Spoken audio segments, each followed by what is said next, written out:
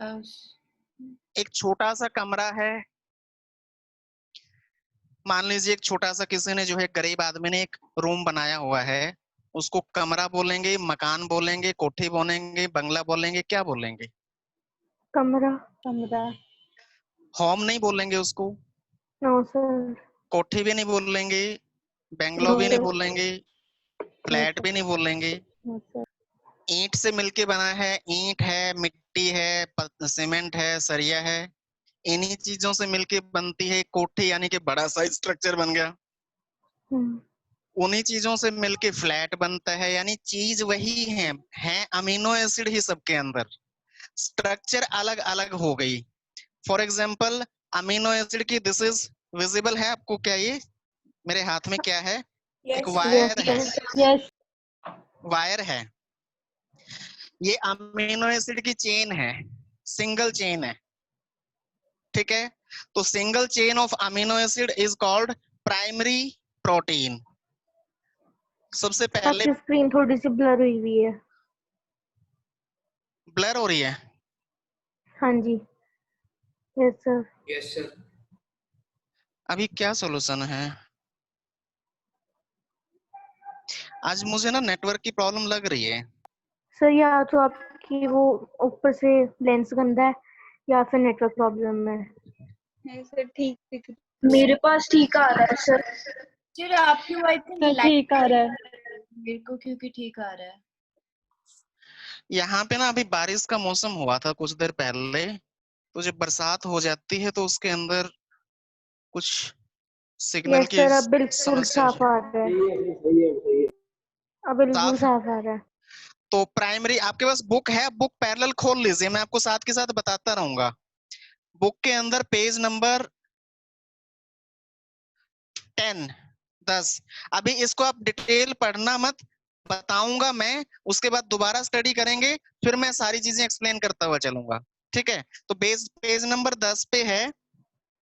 Page number 10 पे आपको जो है ना केमिकली ऐसे स्ट्रक्चर दिखाए हुए हैं, ये भी विजिबल नहीं होएगा ऐसे, तो समझ गए होंगे। सिंपल एक स्ट्रेट चेन है, that is called primary protein. एक सिंगल चेन है अमीनो एसिड की, that is called primary protein. Clear? Yes sir. Yes sir. Now secondary protein कौन सा होगा?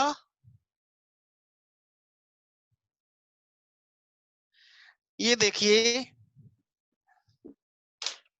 ये तो नजर आ रही होगी अभी आपको वायर। Yes sir. ये वायर अगर ऐसे स्पाइरल हो जाए, बात समझ रहे हैं? Yes sir. Yes sir. Wire जो है ऐसे स्पाइरल हो गई, और ये स्पाइरल होने के बाद जो है आप देख रहे हैं कि इसी शेप में जो है इकट्ठी हो गई है। Yes sir. Clear? Yes yes sir. Sir. तो इसी शेप के अंदर जो है रिटेन हो जाएगी उस शेप के अंदर, तो that is called secondary protein. Secondary protein जो है 3 टाइप का होता है, कि ये चेन ऐसे जो है स्पाइरल बन गई, बात समझे, या फिर चेन की जो है ऐसे लेयर बन गई एक दूसरे के पैरेलल, बात समझे? विजिबल है? Yes sir. यस। फर्स्ट, हाँ जी, first is a helical structure, helix like है, तो इसको अल्फा हेलिक्स बोलते हैं, अल्फा हेलिक्स। और दूसरी क्या है? शीट लाइक स्ट्रक्चर है, एक सिंगल शीट ऐसे इसके ऊपर शीट लग गई, शीट बन गई धागे की, that is beta pleated. Excuse me sir. Ji, sir एक बार दोबारा बता दो। अल्फा हेलिकल के अंदर हेलिक्स बन गया, ये वायर ऐसे घूम गई,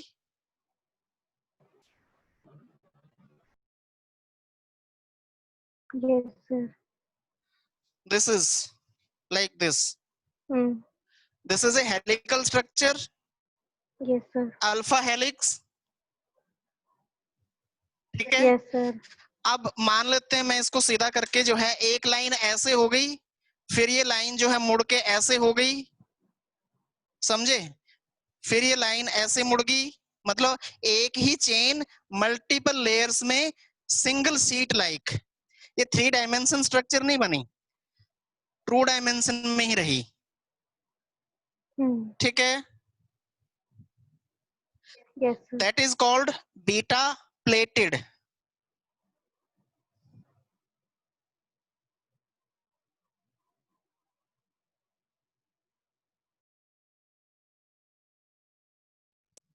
हो गया। नाउ तीसरा होता है कोलाजन। मैंने अभी हेलिकल स्ट्रक्चर बनाई थी, सिंगल एक ही चेन है, ये एक ही चेन, ये भी एक चेन ही है, ये भी एक चेन ही है, ये ऐसे हेलिकल बन गई। ये हेलिकल स्ट्रक्चर यहाँ से फिर से जो है हेलिकल जो है एक और स्ट्रक्चर जो है दूसरी इसके पैरेलल खड़ी हो जाती है हेलिक्स की फॉर्म में, दैट इज कॉल्ड, तीसरा नाम है उसका कोलाजन हेलिक्स, COLLAGEN हेलिक्स। आपकी बुक में जो है पेज नंबर 11 पे सेकेंडरी स्ट्रक्चर दी हुई है, सभी ने देख लिया? खोल के देख लीजिए। सो प्राइमरी और सेकेंडरी में डिफरेंस पता चल गया। प्राइमरी भी चेन सब में एक ही है, एक ही चेन जो है वो सीधी स्ट्रेट लाइन है तो प्राइमरी है। कॉइलिंग हो गई, सिंगल कॉइलिंग हो गई तो सेकेंडरी अल्फा हेलिकल है, और अगर डबल कॉइलिंग हो गई तो कोलाजन हेलिक्स है, और अगर वो सीधी सीधी ऐसे फोल्ड हो गई एक दूसरे के साथ तो that is called beta pleated. और प्लेटेड भी बोलते हैं या शीट भी बोलते हैं इसको, बीटा शीटेड। जैसे शीट बेड शीट होती है ना प्लेन। क्लियर जसमानत? सर बट इनका स्ट्रक्चर अलग अलग होता क्यों है? क्यों होता है बेटा? आप ये देखिए, आपके बाल हैं, सॉरी गलत क्वेश्चन कर दिया, जो बाल हैं और नाखून हैं, इन दोनों में केमिकली एक ही केराटिन नाम का प्रोटीन होता है। यस ये सर। बाल जो है आपको यहाँ पे सिर पे जो काम करते हैं और यहाँ पे जो नाखून काम करते हैं, दोनों का फंक्शन अलग अलग है। Yes sir. हमारी जरूरत के अकॉर्डिंग जिस टाइप का जहाँ पे फंक्शन की जरूरत होती है, प्रोटीन उसी टाइप का वहां पे मॉडिफाई हो जाता है। Yes sir. हमारी Okay. जो पूरी बॉडी है, बॉडी के ईच एंड एवरी पार्ट जो है is made up of protein. Body का जो स्ट्रक्चर है वो सारा का सारा प्रोटीन, अकेला प्रोटीन ही नहीं होता है, इसमें कार्बोहाइड्रेट भी होता है, लिपिड भी होता है। जैसे मकान सिर्फ ईंट से नहीं बनता है, उसमें सीमेंट भी डलती है, सरिया भी डलता है, रेत मिट्टी भी डलती है, पत्थर भी लगता है, और भी चीजें होती हैं। बट मकान का जो मेजर क्वांटिटी है, सबसे ज्यादा क्या नजर आती है? ईंटें ज्यादा नजर आती हैं, तो हम बोल देते हैं ईंट का बना हुआ है। ठीक है, क्लियर है? Okay okay. प्राइमरी और सेकेंडरी में कोई डिफरेंस में फंसोगे तो नहीं based on structure? No sir. No sir. Sir ji sir, कहाँ से आवाज आई है? सर ये जो बॉन्ड ऐसा स्ट्रक्चर बनाता है या चेन की ये स्ट्रक्चर है ऐसी? बेटा मेरे को आपकी वॉइस क्लैरिटी नहीं है, क्या बोल रहे हो? सर ये 2 अमीनो एसिड के बीच में जो बॉन्ड है उसकी ऐसी स्ट्रक्चर है ये? सिर्फ बॉन्ड के स्ट्रक्चर नहीं है, अब तो बॉन्ड बन बन के पूरी चेन बन चुकी है। एक ऐसे ऐसे बहुत सारे अलग अलग मॉलिक्यूल लग के ऐसे चेन बन चुकी है। बॉन्ड तो दोनों दो के बीच में है ना, यहाँ पे बॉन्ड है, समझे? बॉन्ड से मॉलिक्यूल्स की चेन बन चुकी है। अब वो मॉलिक्यूल की चेन जो है सिंगल चेन है या हेलिकल चेन है या डबल हेलिक्स है या शीट लाइक स्ट्रक्चर है, उसके स्ट्रक्चर के बेस पे इनका नाम दिया है। केमिकली तो सिंगल सिंगल यूनिट की बात करेंगे तो अमीनो एसिड ही है, और उससे भी फर्दर खोल के बात करेंगे तो कार्बन, हाइड्रोजन, ऑक्सीजन और नाइट्रोजन ही है इसमें। बात समझे? Okay sir. जी, तो अब बात इधर देखिए,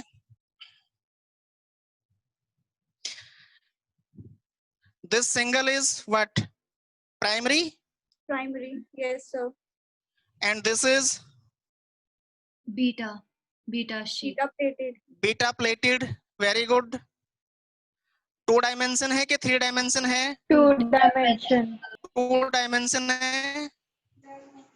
very good, very intelligent.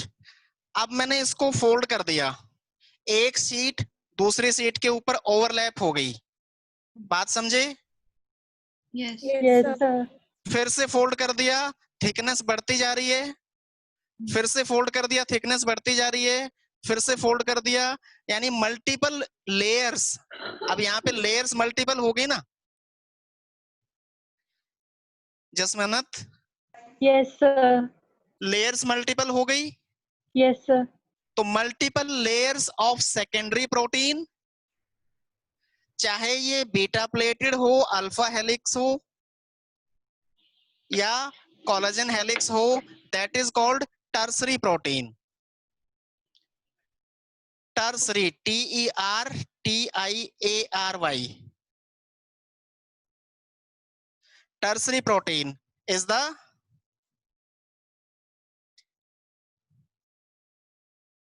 tertiary protein. Write down definition. We can say multiple layers of secondary proteins. Secondary protein की multiple layers in 3 dimensions. Multiple layers of secondary protein in 3 dimension structure is called tertiary protein. Sir ये important है कि beta के ऊपर beta ही sheet आनी चाहिए कि अगर हम अल्फा हेलिक्स और बीटा प्लेटेड को एक साथ ऊपर मतलब पाइल करते वेरी गुड क्वेश्चन, किसने पूछा है? स्निग्धा। गुड बेटा, ये जरूरत पे डिपेंड करेगा कि उसको बनाना क्या है। एक लेयर इसकी, दूसरी लेयर दूसरे प्रोटीन की, तीसरी लेयर तीसरे प्रोटीन की हो सकती है, सेम प्रोटीन की भी हो सकती हैं, डिपेंड करेगा कि उसको बनाना क्या है। अच्छा, आप तो मकान बनाते हैं, जमीन पे आपने जब फर्श, आपने किसी ने देखा होगा मकान बनाते हुए, फर्श डालते हैं, पहले मिट्टी डालते हैं, उसके ऊपर जो है लाल बजरी डालते हैं, रोड़ी डालते हैं, उसके ऊपर जो है सीमेंट का मिक्स किया हुआ सीमेंट और रेता डालते हैं, उसके बाद उसके ऊपर मार्बल लगता है। हाँ जी। तो डिपेंड Yes, करता है sir. गरीब आदमी का मकान है कि अमीर आदमी का मकान है, हम्म, वो किस टाइप की जरूरत है उसकी, उस जरूरत के अकॉर्डिंग इसकी लेयर्स डिफाइन होती हैं। ये चीज बहुत अच्छी बात है, ये आप मेडिकल कॉलेज में पहुंचेंगे तब पढ़ेंगे अच्छा, कि कौन से स्ट्रक्चर के अंदर किस किस टाइप की लेयर्स होती हैं। Okay sir, thank you sir.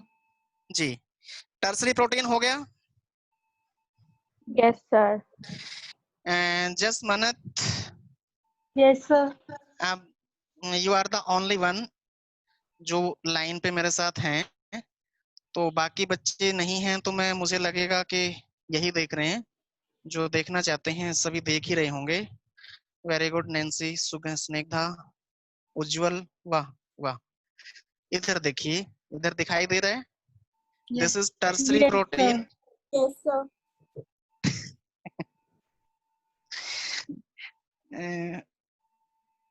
Just minute शायद आपके पीछे आपका ब्रदर है। Yes, sir.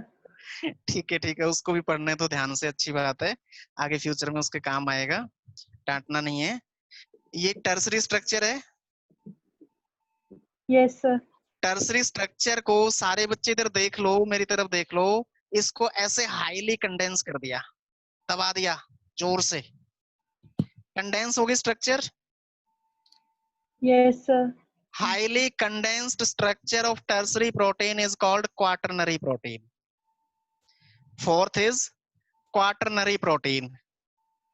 Visible है ये कि टर्सरी के Yes, बाद sir. क्वाटरनरी क्यों? हाँ जी, सर यहाँ स्ट्रक्चर के नोट्स में कुछ दिए हुए हैं वो बच्चे आवाज प्रॉपर समझ नहीं आया, क्या बोल रहे हैं? सर ये जो टर्शरी स्ट्रक्चर है उन्होंने इसमें ABCDE कुछ पॉइंट्स दिए हुए हैं, ये अभी क्या बताऊं, अभी बताऊंगा बेटा, पहले बेस चीज बता रहा हूँ, उसके बाद आगे बताऊंगा। अभी ये बताऊंगा स्टेबल कैसे होंगे स्ट्रक्चर्स। ठीक है सर। क्वाटरनरी, आपकी बुक में क्वार्टनरी लिखा हुआ है, स्पेलिंग मिस्टेक है यहाँ पे, इसको ठीक कर लीजिए, QUA क्वार्टनरी, क्वार्टनरी, ठीक है, ठीक ठीक लिखी हुई है। क्वार्टर होता है कि क्वार्टरनरी? क्वार्टरनरी होता है, QUA TER. टी, हाँ आर इसमें से बीच में से हटा दीजिए और उसके बाद लगा दीजिए क्वाटरनरी प्रोटीन।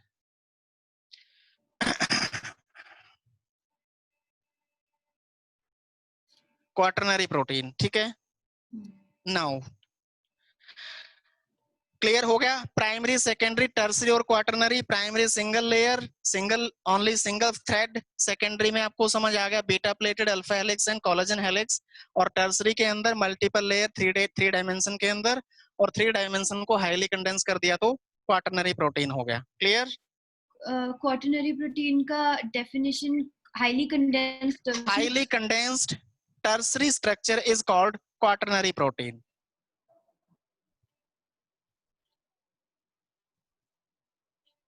राइट। सर ये जो प्रोटीन है ये किसमें अंदर किसमें होते हैं ये बोले? क्या चीज? अमीनो, ये जो प्रोटीन आपने स्ट्रक्चर बताया प्रोटीन का, हाँ, ये सर किसमें होते हैं मतलब? अभी बेस, अब बेस्ड ऑन जैसे किसी किसी चीज, यहाँ पे स्ट्रक्चर के बेस पे हमने इसको 4 टाइप का बोला है। Yes sir. अब टाइप पूछना चाहते हैं? नहीं सर, मतलब ये किसमें अवेलेबल होते हैं ये आपने किस किस अमीनो चीज के एसिड अंदर के? कौन, किस चीज के अंदर कौन सा होता है, हाँ जी सर। ये अभी आगे बताएंगे। अभी पहले एक बेस टू बेस चलेंगे। आप मुझे ना 3:30 बजे बता देना कि सर 3:30 बज गए, अब कंपटीशन लेवल पे आ जाओ।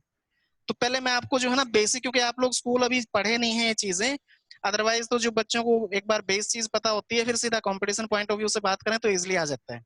क्वाटरनरी प्रोटीन जो है हीमोग्लोबिन में होता है, टर्सरी प्रोटीन एंजाइम में होता है। चलो लिख लीजिए, आपने क्वेश्चन पूछा है तो।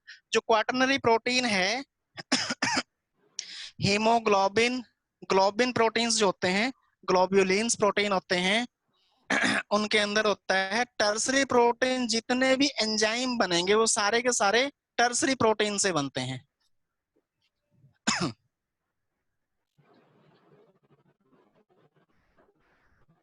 तो क्वाटरनरी वाला पॉइंट रिपीट कर दो। क्वाटरनरी से हीमोग्लोबिन प्रोटीन बनता है।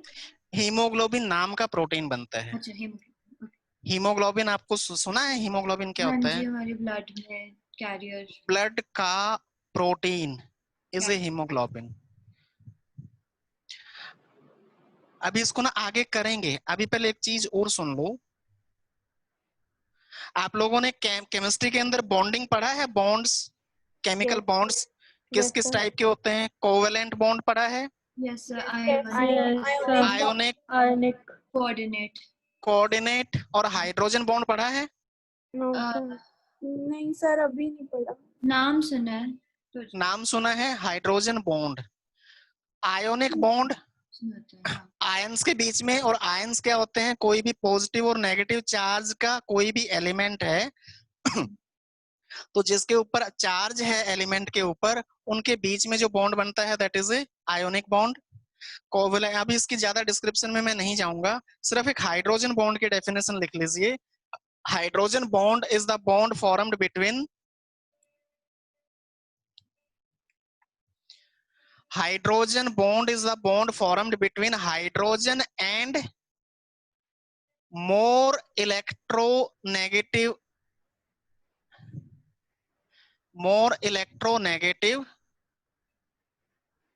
atom.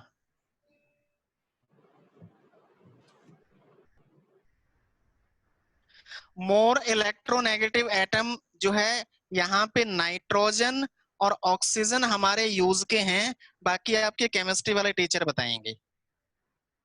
नाइट्रोजन एंड ऑक्सीजन जो है ये मोर इलेक्ट्रोनेगेटिव एटम है जिनका हमारे बायो के अंदर काम होना है। ठीक है, ये चीज लिख लिया। सर जो हमने अमाइनो एसिड के बीच में बनाया था फिर वो भी हाइड्रोजन बॉन्ड होगा, पेप्टाइड बॉन्ड जो होता है? क्योंकि नो दैट वो डायरेक्ट अटैचमेंट हाइड्रोजन। अभी एक इतना पॉइंट लिखिए एक बार, हाइड्रोजन और मोर इलेक्ट्रोनेगेटिव एटम के बीच में जो बॉन्ड फॉर्म्ड है that is called hydrogen bond and this is represented by dotted line. ये ध्यान रखना कि डॉटेड लाइन से इसको रिप्रेजेंट करेंगे, पूरा का पूरा स्ट्रेट लाइन नहीं लगाएंगे। स्ट्रेट लाइन जो है या तो कोवेलेंट बॉन्ड की होती है या आयोनिक बॉन्ड की होती है, हाइड्रोजन बॉन्ड की डॉटेड लाइन होती है। ठीक है, तो डॉटेड लाइन का मतलब क्या हुआ? कच्चा बॉन्ड है, वीक बॉन्ड है ये। This is a weak bond, कमजोर होता है, बहुत स्ट्रांग नहीं होता है as compare to ionic bond और कोवेलेंट बॉन्ड। बात समझे? Yes sir. Covalent, yes Ujjwal ji, Ujjwal Yes, sir. Are you getting my point? Yes, sir. Sir, sir जैसे आपने बताया कि ये वीक बॉन्ड्स होते हैं हाइड्रोजन और नाइट्रोजन, और मतलब हाइड्रोजन जब नाइट्रोजन और ऑक्सीजन के साथ करता है। हाइड्रोजन के साथ बनेगा, हाइड्रोजन तो डेफिनेट होगा ही होगा। हाइड्रोजन का है तो नाइट्रोजन के साथ बॉन्ड बन सकता है या ऑक्सीजन के साथ बॉन्ड बन सकता है। Okay, sir. नाइट्रोजन और ऑक्सीजन के बीच में नहीं बनेगा। हाइड्रोजन बॉन्ड सिर्फ hydrogen and more electronegative atom. More electronegative की डेफिनेशन आपके केमिस्ट्री वाले टीचर बताएंगे। तो अभी हमारा जो यहाँ पे यूजेस है वो यूजेस सिर्फ हाइड्रोजन बॉन्ड का है। Okay, ठीक है, thank you, sir. बाकी Excuse me, अब sir. जी कौन Sir? है? जैसे आपने कहा था कि टर्शरी सेकेंडरी से बनते हैं और क्वाटरनरी टर्शरी से बनते हैं, तो हाँ, प्राइमरी का इसमें क्या इन्वॉल्वमेंट होता है? समझ नहीं आया किस चीज में? सर जैसे कि आपने कहा था टर्शरी बनते हैं सेकेंडरी से और क्वाटरनरी टर्शरी से बनते हैं, तो इसमें प्राइमरी का क्या रोल होता है? प्राइमरी प्रोटीन्स का प्राइमरी का रोल क्या होता है सिर्फ नाम देने के लिए बताया है कि आपको चीज समझ आ जाए कि सिंगल धागा पड़ा हुआ है तो उसको प्राइमरी प्रोटीन बोलेंगे। ये सिंगल एक ही धागा थ्रेड है। अभी आप आगे सेल मॉलिक्यूल्स के अंदर इसका जो है यूजेस पढ़ेंगे कि सिंगल फाइबर भी होते हैं, 50 से ज्यादा की चेन है उसको प्रोटीन बोलते हैं, पॉलीपेप्टाइड को। तो सिंगल जो है single chain more than 50 amino acids की होगी तो that is called primary protein. वही चेन कॉइलिंग हो गई तो अल्फा हेलिकल सेकेंडरी प्रोटीन बन गया। इसका कोई रोल नहीं होता सेकेंडरी को बनाने के लिए? नहीं, कोई रूल नहीं होता है। Thank you sir.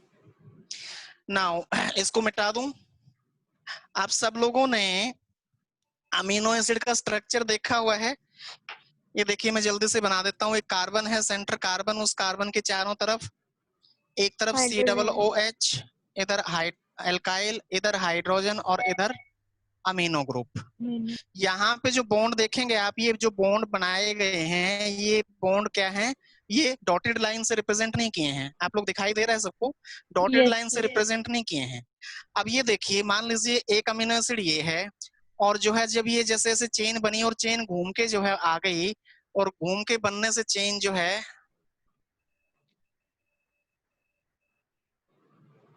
सर आपका इस साइड वाला पार्ट विजिबल नहीं है। मान लीजिए यहाँ पे मैं बना देता हूँ C एक्सक्यूज इधर। मी सर, हाँ जी, विजिबल नहीं हो रहा मेरे को।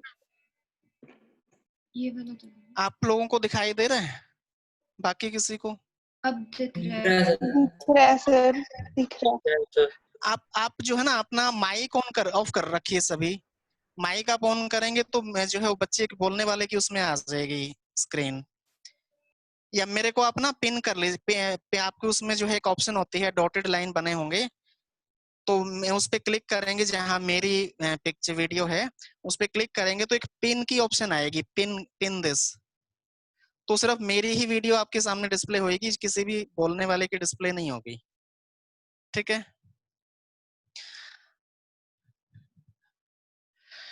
ये दिखाई दे रहा है? ये दूसरा अमीनो एसिड मैं यहाँ पे बना दूं, ऐसे बना दूं, मान लीजिए NH2 का मतलब क्या है? नाइट्रोजन के एक इधर हाइड्रोजन लगा दे और एक इधर हाइड्रोजन लगा दे तो कोई फर्क पड़ेगा? कोई फर्क नहीं पड़ेगा ना। तो ये हाइड्रोजन है, एक ये हाइड्रोजन है, इधर हाइड्रोजन है। इस मॉलिक्यूल का ऑक्सीजन इस हाइड्रोजन के नजदीक आ गया। बात समझ रहे हैं? विजिबल है? Yes sir. ये वाला ऑक्सीजन इस हाइड्रोजन के नजदीक आ गया तो जो ये हाइड्रोजन के नजदीक आ जाएगा तो ये डॉटेड लाइन से जो है ये ऑक्सीजन और ये हाइड्रोजन आपस में हाइड्रोजन बॉन्ड बना लेंगे। बात समझे? मैं यही पूछ रही थी सर। हाँ, तो एक अमीनो एसिड ये था, दूसरा अमीनो एसिड ये। अब जैसे इस केस में हम बात करें, मैं इसको जो है सिंगल ले लेता हूं। ये वाली जो है हमने क्या किया था, ये चेन को ऐसे घुमाया था। जब ये चेन घुमाई थी तो मान लीजिए यहाँ पे हाइड्रोजन है और यहाँ पे मॉलिक्यूल आ गया नाइट्रोजन का। विजिबल है? Yes sir. ये नाइट्रोजन हो गया और इधर हाइड्रोजन हो गया, इन दोनों के बीच में हाइड्रोजन बॉन्ड बन गया।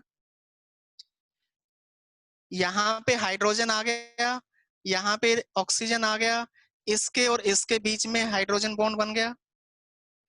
तो जो मॉलिक्यूल सेकेंडरी मॉलिक्यूल है या टर्सरी मॉलिक्यूल है या क्वाटरनरी मॉलिक्यूल है, ये मॉलिक्यूल उसी शेप के अंदर रिटेन कैसे रहेंगे उस शेप के अंदर, due to presence of hydrogen bond. बात समझे? अब ये सिंगल थ्रेड है, इसको मैं कॉइलिंग कर देता हूं, तो इसकी कॉइल जो है रिटेन कब तक रहेगी, जब तक इसके बीच में हाइड्रोजन बॉन्ड बने होंगे। अगर हाइड्रोजन बॉन्ड नहीं बने होंगे तो ये खुल के वापस अपनी ओपन पोजीशन में आ जाएगी। ओपन बन गया तो प्राइमरी प्रोटीन बन जाएगा, प्राइमरी प्रोटीन बोल देंगे उसको। क्लियर?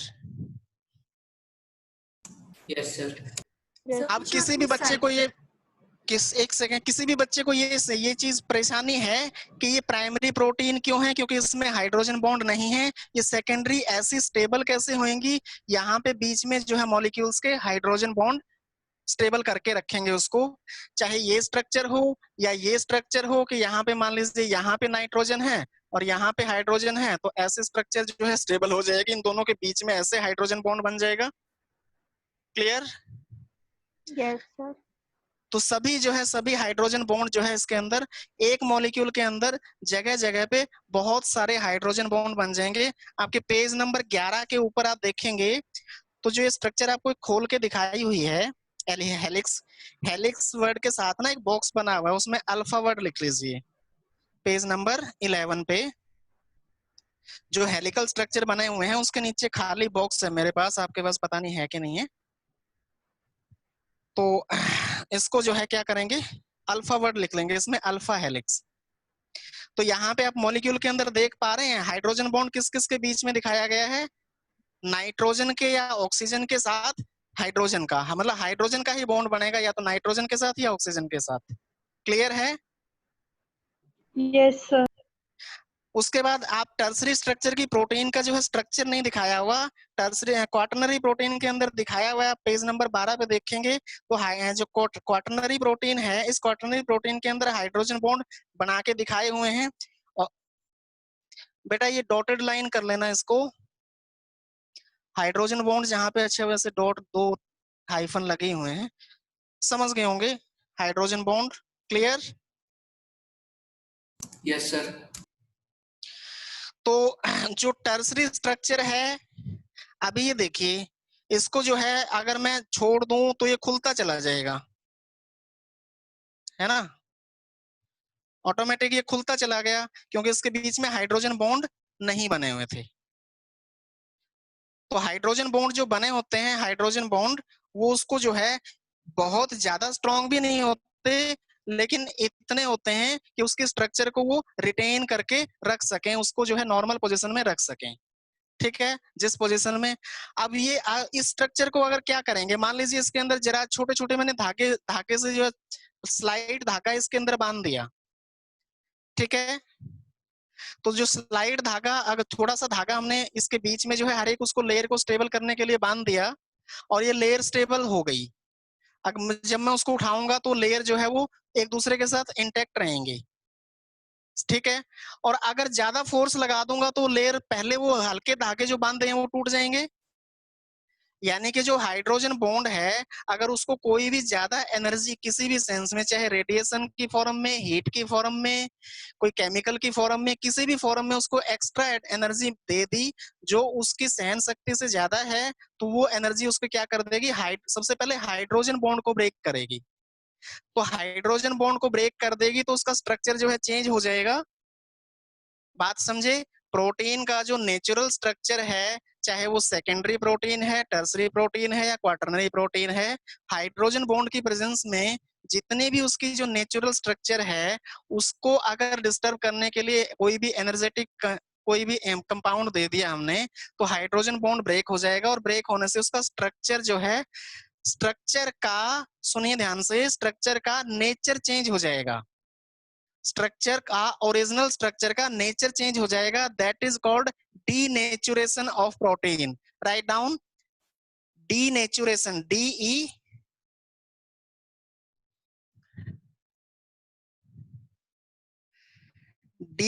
डीनेचुरेशन, डीनेचुरेशन, उसका नेचुरल स्ट्रक्चर जो है डिफॉर्म हो गया। स्पेलिंग है DENATURATION, denaturation of protein. Write down सभी।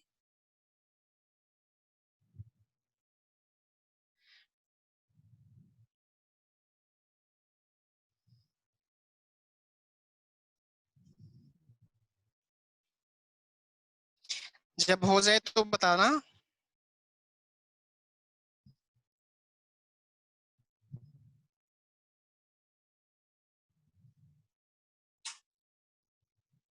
डीनेचुरेशन ऑफ प्रोटीन हो गया, इसकी डेफिनेशन लिख ली।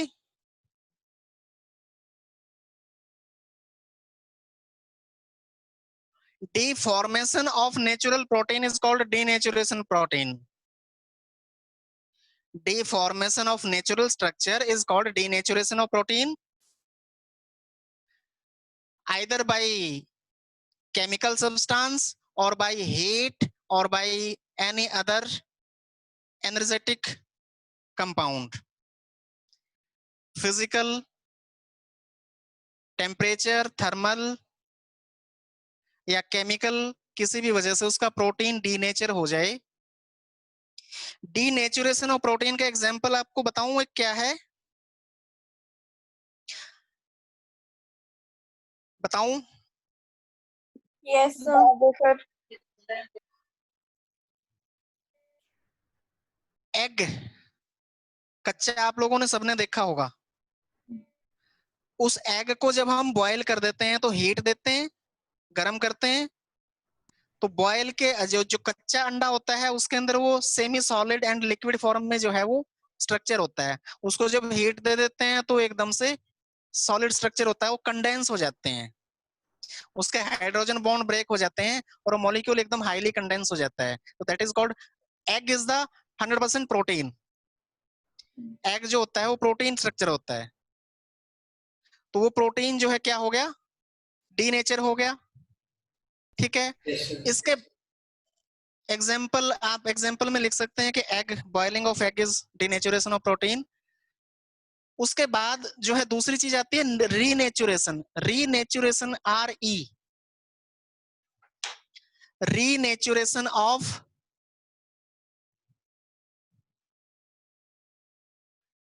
प्रोटीन। रीनेचर का मतलब दोबारा से उसका ओरिजिनल नेचर बन जाना, और दोबारा से ओरिजिनल बनेगा कब, अगर तो वो 100% डिस्ट्रॉय हो गया। किसी के मकान है, मकान में कोई स्मॉल पोर्शन डैमेज हो गया, उसको आप रिपेयर कर सकते हैं।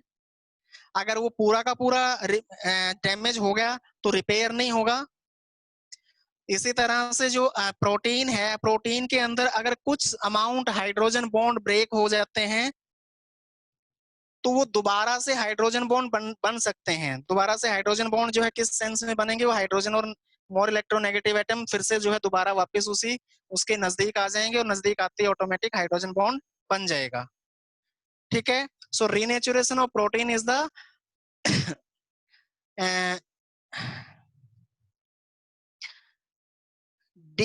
again conversion of denatured protein into its original natural structure. Conversion of denatured protein into its original natural structure is called renaturation of protein. This is possible only if the small amount of hydrogen bonds are broken.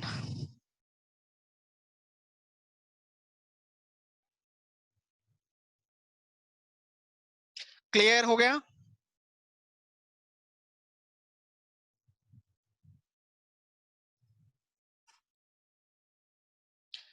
ठीक है, अब एक बच्चे ने, किसी ने पूछा था कि टर्सरी प्रोटीन के आगे आगे जो है पार्ट्स दिए हुए हैं A B C D E, इसका मतलब क्या है? ये टाइप ऑफ प्रोटीन नहीं है, ये टाइप ऑफ बॉन्ड बताए हैं कि जो नेचुरल स्ट्रक्चर उसका टर्सरी स्ट्रक्चर में स्टेबल रहेगा, वो किस किस बॉन्ड की वजह से रहेगा। एक तो बॉन्ड जो है हाइड्रोजन बॉन्ड लिखा हुआ है, डाई सल्फाइड बॉन्ड, जो सल्फर कंटेनिंग अमीनो एसिड्स होते हैं, जिन अमीनो एसिड में सल्फर होता है, उस सल्फर सल्फर के बीच में भी बॉन्ड बन जाता है, एक सल्फर ये एक सल्फर ये, दोनों दो अलग अलग मॉलिक्यूल के सल्फर एक दूसरे के कांटेक्ट में आ जाते हैं, तो डाई सल्फाइड बॉन्ड बोलते हैं उसको, डाई सल्फाइड बॉन्ड हो गया। या फिर आयोनिक बॉन्ड,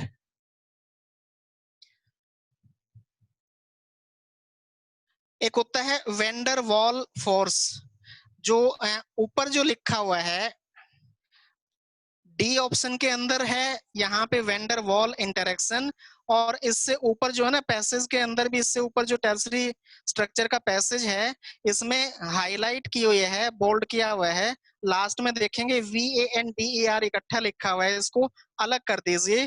जैसे यहाँ पे वेंडर वॉल डी ऑप्शन पे लिखा हुआ है, अलग लगाएगा वेंडर वॉल्स फोर्सेस।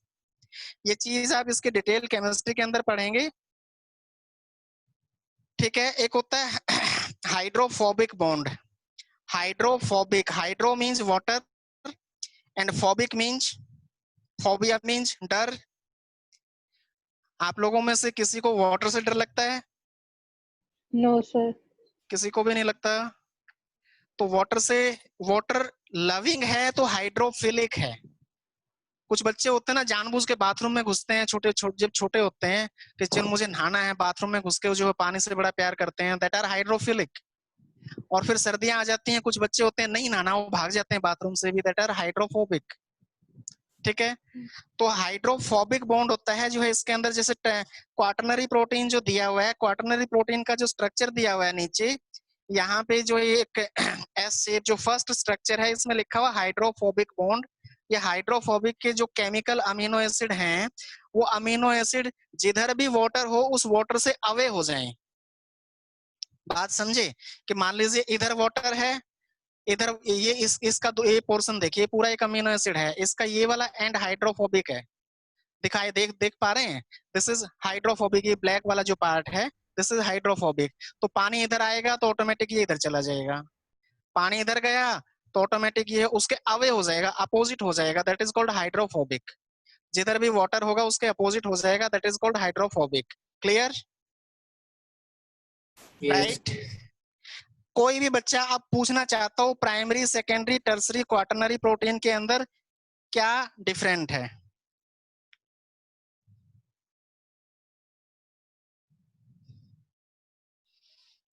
नहीं पूछना चाहते?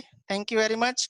जो अभी मैंने denaturation and renaturation of protein बताया है, that is next page number 13 के ऊपर है, बिल्कुल नीचे आप देखेंगे टॉपिक लिखा हुआ है denaturation and renaturation of protein. Clear? आपके नोट्स? यस सुहानी, शायद सुहानी था, क्या नाम? हाँ सुहानी आनंद, यस सर जो ये हाइड्रोजन बॉन्ड है, जो फॉर्मेशन होती है इसकी अंदर सर्टेन कंडीशंस होता है फेवरेबल, या फिर जब भी कांटेक्ट में आते हैं ऑक्सीजन या बेटा नाइट्रोजन? कहीं पे भी दुनिया के अंदर नाइट्रोजन और हाइड्रोजन के साथ डायरेक्ट बॉन्ड वाला नहीं, एक नाइट्रोजन किसी और मॉलिक्यूल का, हाइड्रोजन किसी और मॉलिक्यूल का, जब भी नजदीक आएंगे ऑटोमेटिक हाइड्रोजन बॉन्ड बनेगा ही बनेगा, चाहे नाइट्रोजन हो या ऑक्सीजन हो। हाइड्रोजन के दूसरे मॉलिक्यूल के हाइड्रोजन के कांटेक्ट में जब आएगा तो जो है इसका हाइड्रोजन बॉन्ड बनेगा ही बनेगा, चाहे कहीं पे भी चला जाइए। सर आपने डीनेचुरेशन का एग्जांपल दिया था, री का नहीं दिया। रीनेचुरेशन ऑफ प्रोटीन का एग्जांपल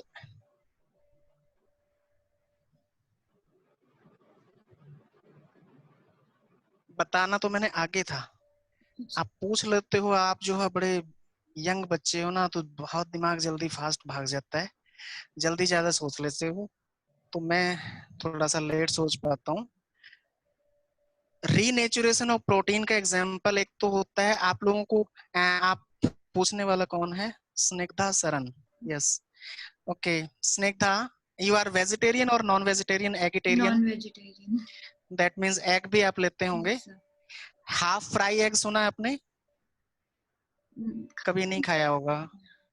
एक तो होता है एग को बिल्कुल ऑमलेट बना दें हम, दोनों तरफ से उसको गर्म कर देते हैं तो उसके सारे के सारे प्रोटीन डीनेचर हो जाते हैं।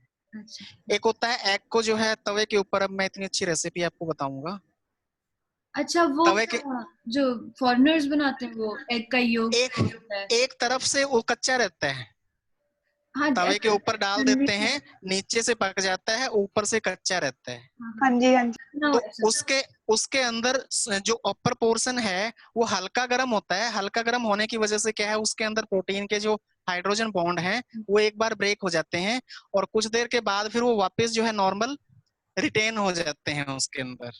उसको हाफ फ्राई बोलते हैं। हाफ तो डैमेज हो चुके हैं लेकिन हाफ के अंदर स्लाइटली ब्रेक हुए होते हैं।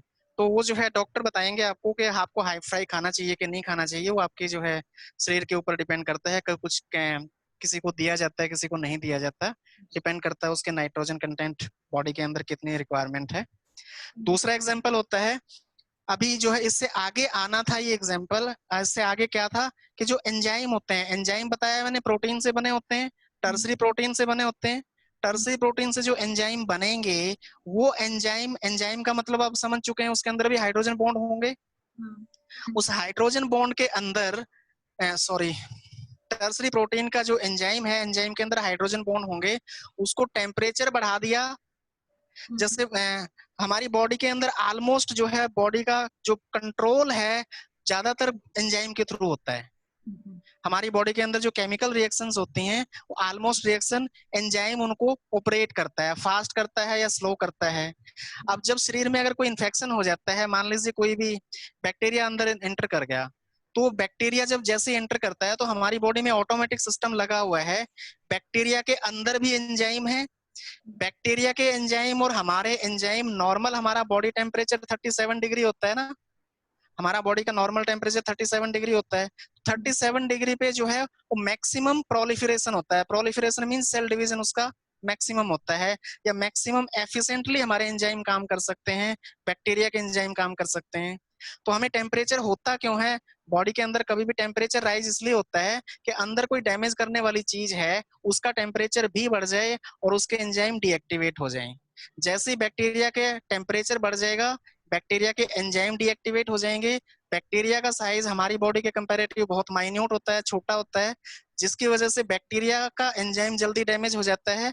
हमारे एंजाइम इतने डैमेज नहीं हो पाते हैं उस पीरियड में, लेकिन फिर भी बुखार के टाइम पे हमारी बॉडी जो है बहुत सारी एक्टिविटी स्लो डाउन हो जाती है। तो जब वो स्लो डाउन हो जाती हैं, बैक्टीरिया की भी स्लो डाउन हो जाती है, बैक्टीरिया की ज्यादा हो जाती है, हमारी कम होती हैं, तो उस पीरियड में बैक्टीरिया जो है इनएक्टिव स्टेज में चला जाता है। उसी पीरियड में जो है हमारी बॉडी से लिम्फोसाइट, मैक्रोफेज, अभी आपने नहीं पढ़े होंगे, हमारी बॉडी के अंदर से सेल्स होते हैं जो बैक्टीरिया को डैमेज करते हैं, इंगल्फ करते हैं, खा जाते हैं, ब्रेक कर देते हैं। ठीक है, बैक्टीरिया इनएक्टिव हो गया और उधर से जो है इम्यून सिस्टम से जो है एंटीबॉडी आई और वो एंटीबॉडी उसको जो है डिस्ट्रॉय कर देती हैं, उसको काट देती हैं। और जैसे ही बैक्टीरिया खत्म हो जाता है, बॉडी का टेम्परेचर वापस नॉर्मल आ जाता है। नॉर्मल आने से फिर से एंजाइम दोबारा से काम करना शुरू कर देते हैं। This is the example of renaturation. And मेरे ख्याल से ये चीज आप मेडिकल कॉलेज में पढ़ेंगे अभी नहीं, अभी सिर्फ रीनेचुरेशन का मतलब समझना था। ठीक है, तो सबको पता लग गया होगा कि बुखार क्यों होता है। इन्फेक्शन को खत्म करने के लिए हमारा बुखार होता है, और बुखार को फिर स्लो डाउन कर नॉर्मल टेम्परेचर लाने के लिए क्या करते हैं, हमारी बॉडी से स्वेटिंग होती है। जब जैसे स्वेटिंग होगी बॉडी से हीट बाहर निकल जाएगी और बॉडी का टेम्परेचर रेगुलेट वापस नॉर्मल 37 आ जाएगा। Excuse me sir. जी सर एक बार हाइड्रोजन बॉन्ड क्या? सर हाइड्रोजन बॉन्ड रिपीट कर दो एक बार। The bond formed between hydrogen and more electronegative atom. बेटा मेरे ख्याल से आपके पास ये वीडियो भी आती होगी, आपकी ऐप के ऊपर ना अपलोड हो जाती हैं, शायद शेयर करते हैं, तो आप उसमें भी देख सकते हैं, वीडियो अपलोड होती है आपकी ऐप के अंदर। आपको रजिस्टर किया होगा ना? Yes sir. सेम जो है आप वहां पे रिपीट कर सकते हैं, लेक्चर को कितने भी बार देख सकते हैं। आपके कोर्स में वीडियो देखना है, वो जो है सर से गाइडेंस ले लेना कहाँ पे मिलेगी, वो बता देंगे। ठीक है, hydrogen bond is the bond formed between hydrogen and it's along with more electronegative atom. More electronegative atom हमारे लेवल पे नाइट्रोजन और ऑक्सीजन होते हैं, नाइट्रोजन या का साथ हाइड्रोजन का बॉन्ड या ऑक्सीजन के साथ bond, that is called hydrogen bond. ठीक है सर जी, सर आपने कहा था ना 330 पे वो कंपटीशन लेवल का पढ़ाना है। समझ नहीं आया, क्या बोल रहे हैं? सर 330 पे कंपटीशन लेवल का पढ़ाना है। अच्छा, उस पे स्विच करना था। तो वैसे तो मैंने पैरेलल जो है इसको ले लिया आपको, प्रोटीन्स जो है, ठीक है, इस पे आ जाते हैं। एंजाइम फिर जो है एंजाइम रह जाएगा, नहीं तो एंजाइम थोड़ा सा एंजाइम का दे देते ना। चलो छोड़ो, अभी इसको पूरा करते हैं। तो प्रोटीन बेस जहां से शुरू होता है उस चीज पे आ जाते हैं। कहाँ है? Page number 9। पेज नंबर, जी नैन्सी। सर आपने नैन्सी जो किया है ये क्वाटरनरी स्ट्रक्चर, इसमें ना एक लाइन लिखी हुई है कि haemoglobin globin part contain 4 peptide chains 2 alpha and 2 beta. तो इसमें से ये जो है कि 2 अल्फा ये 2 हेलिक्स वाले और 2 बीटा ये बीटा प्लीट वाले हैं, इकट्ठे होके बने हैं। अच्छा हाँ, ये जो अल्फा और बीटा यहाँ पे है ना, हाँ जी सर। ये दोनों ही इकट्ठी होके टर्सरी स्ट्रक्चर बने हैं। अभी किसी बच्चे ने पूछा था ना कि टर्सरी स्ट्रक्चर में एक ही टाइप की लेयर होगी कि अलग अलग टाइप की होगी, तो दैट इज द एग्जांपल। मैंने इस पॉइंट पे आना था। अभी जो है कंपटीशन पॉइंट की यही बातें होती हैं जो थोड़ा सा और गहराई में आपको लेके जाती हैं कि अल्फा चेन, इस टाइप की चेन 2 आ गई, इस टाइप की चेन 2 आ गई, दोनों मिल गई तो क्वाटरनरी प्रोटीन बन गया हीमोग्लोबिन। 2 अल्फा एंड 2 बीटा, बहुत सारी एग्जाम्पल होते हैं इस टाइप के इसमें। और बोलिए।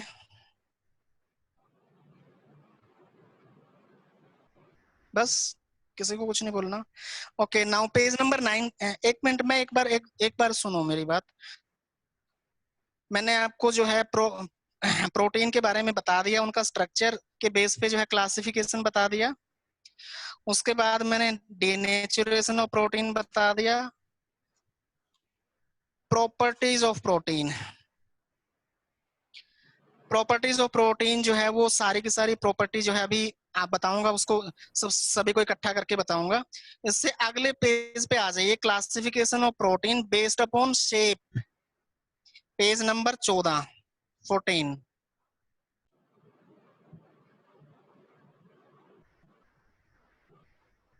पेज नंबर 14 पे है classification of protein based on shape. उनकी शेप कैसी है? शेप के बेस पे सबसे पहले जो है फाइब्रस प्रोटीन। फाइब्रस प्रोटीन कौन से होते हैं? जो फाइबर के बने हों। सिंपल सी बात है, फाइब्रस प्रोटीन हो गई। फाइबर के प्रोटीन कैसे कैसे हैं? मेरी तरफ देखिए, बच्चों की किसकी एक बच्चा कोई भी आ सकता है जो जिसकी वीडियो ऑन कर सकता है मेरे सामने। सर आवाज नहीं सुन रही। हाँ हाँ हाँ, ठीक है। आप अपना माइक ऑफ कर लीजिए, स्टे कीजिए ऐसे। कौन है? स्निग्धा। ओके, तो फाइब्रस प्रोटीन क्या होता है? वो चले गई। इधर देखिए, ये मेरा कान नजर आ रहा है। कान के अंदर जो है, कान खींच जाता है ना, लंबा हो जाता है। मैं इंट्रैक्शन कैसे करूं? मेरे कान को, मैं कान को खींचता हूं तो कान खिंच जाता है। कोई कौन बच्चा है? जसमन्नत, आप एक बार माइक ऑन करके आप मेरे उस पे आइए, स्क्रीन पे। Yes sir. बस अब माइक ऑफ कर दीजिए। ओके, अब मैं अपने कान को देखूं तो मेरा कान खिंच जाता है, खींचता है ना। तो इसके अंदर एक फाइबर स्ट्रक्चर है, फाइबर स्ट्रक्चर है। जैसे रबर होती है ना, रबर खींच देते हैं, उस रबर के अंदर फाइबर होते हैं और फाइबर एक दूसरे के साथ ऐसे ओवरलैपिंग होती है। जब खींचते हैं तो फाइबर ऐसे जो है स्लाइड हो जाते हैं। ठीक है, जो यहाँ का हेड का पोर्शन है, इस हेड को मैं अगर हेड के अंदर भी जो है ना अलग अलग बोन्स होती हैं, तो ये बोन्स क्या करती हैं? एक दूसरे के साथ जुड़ी हुई हैं।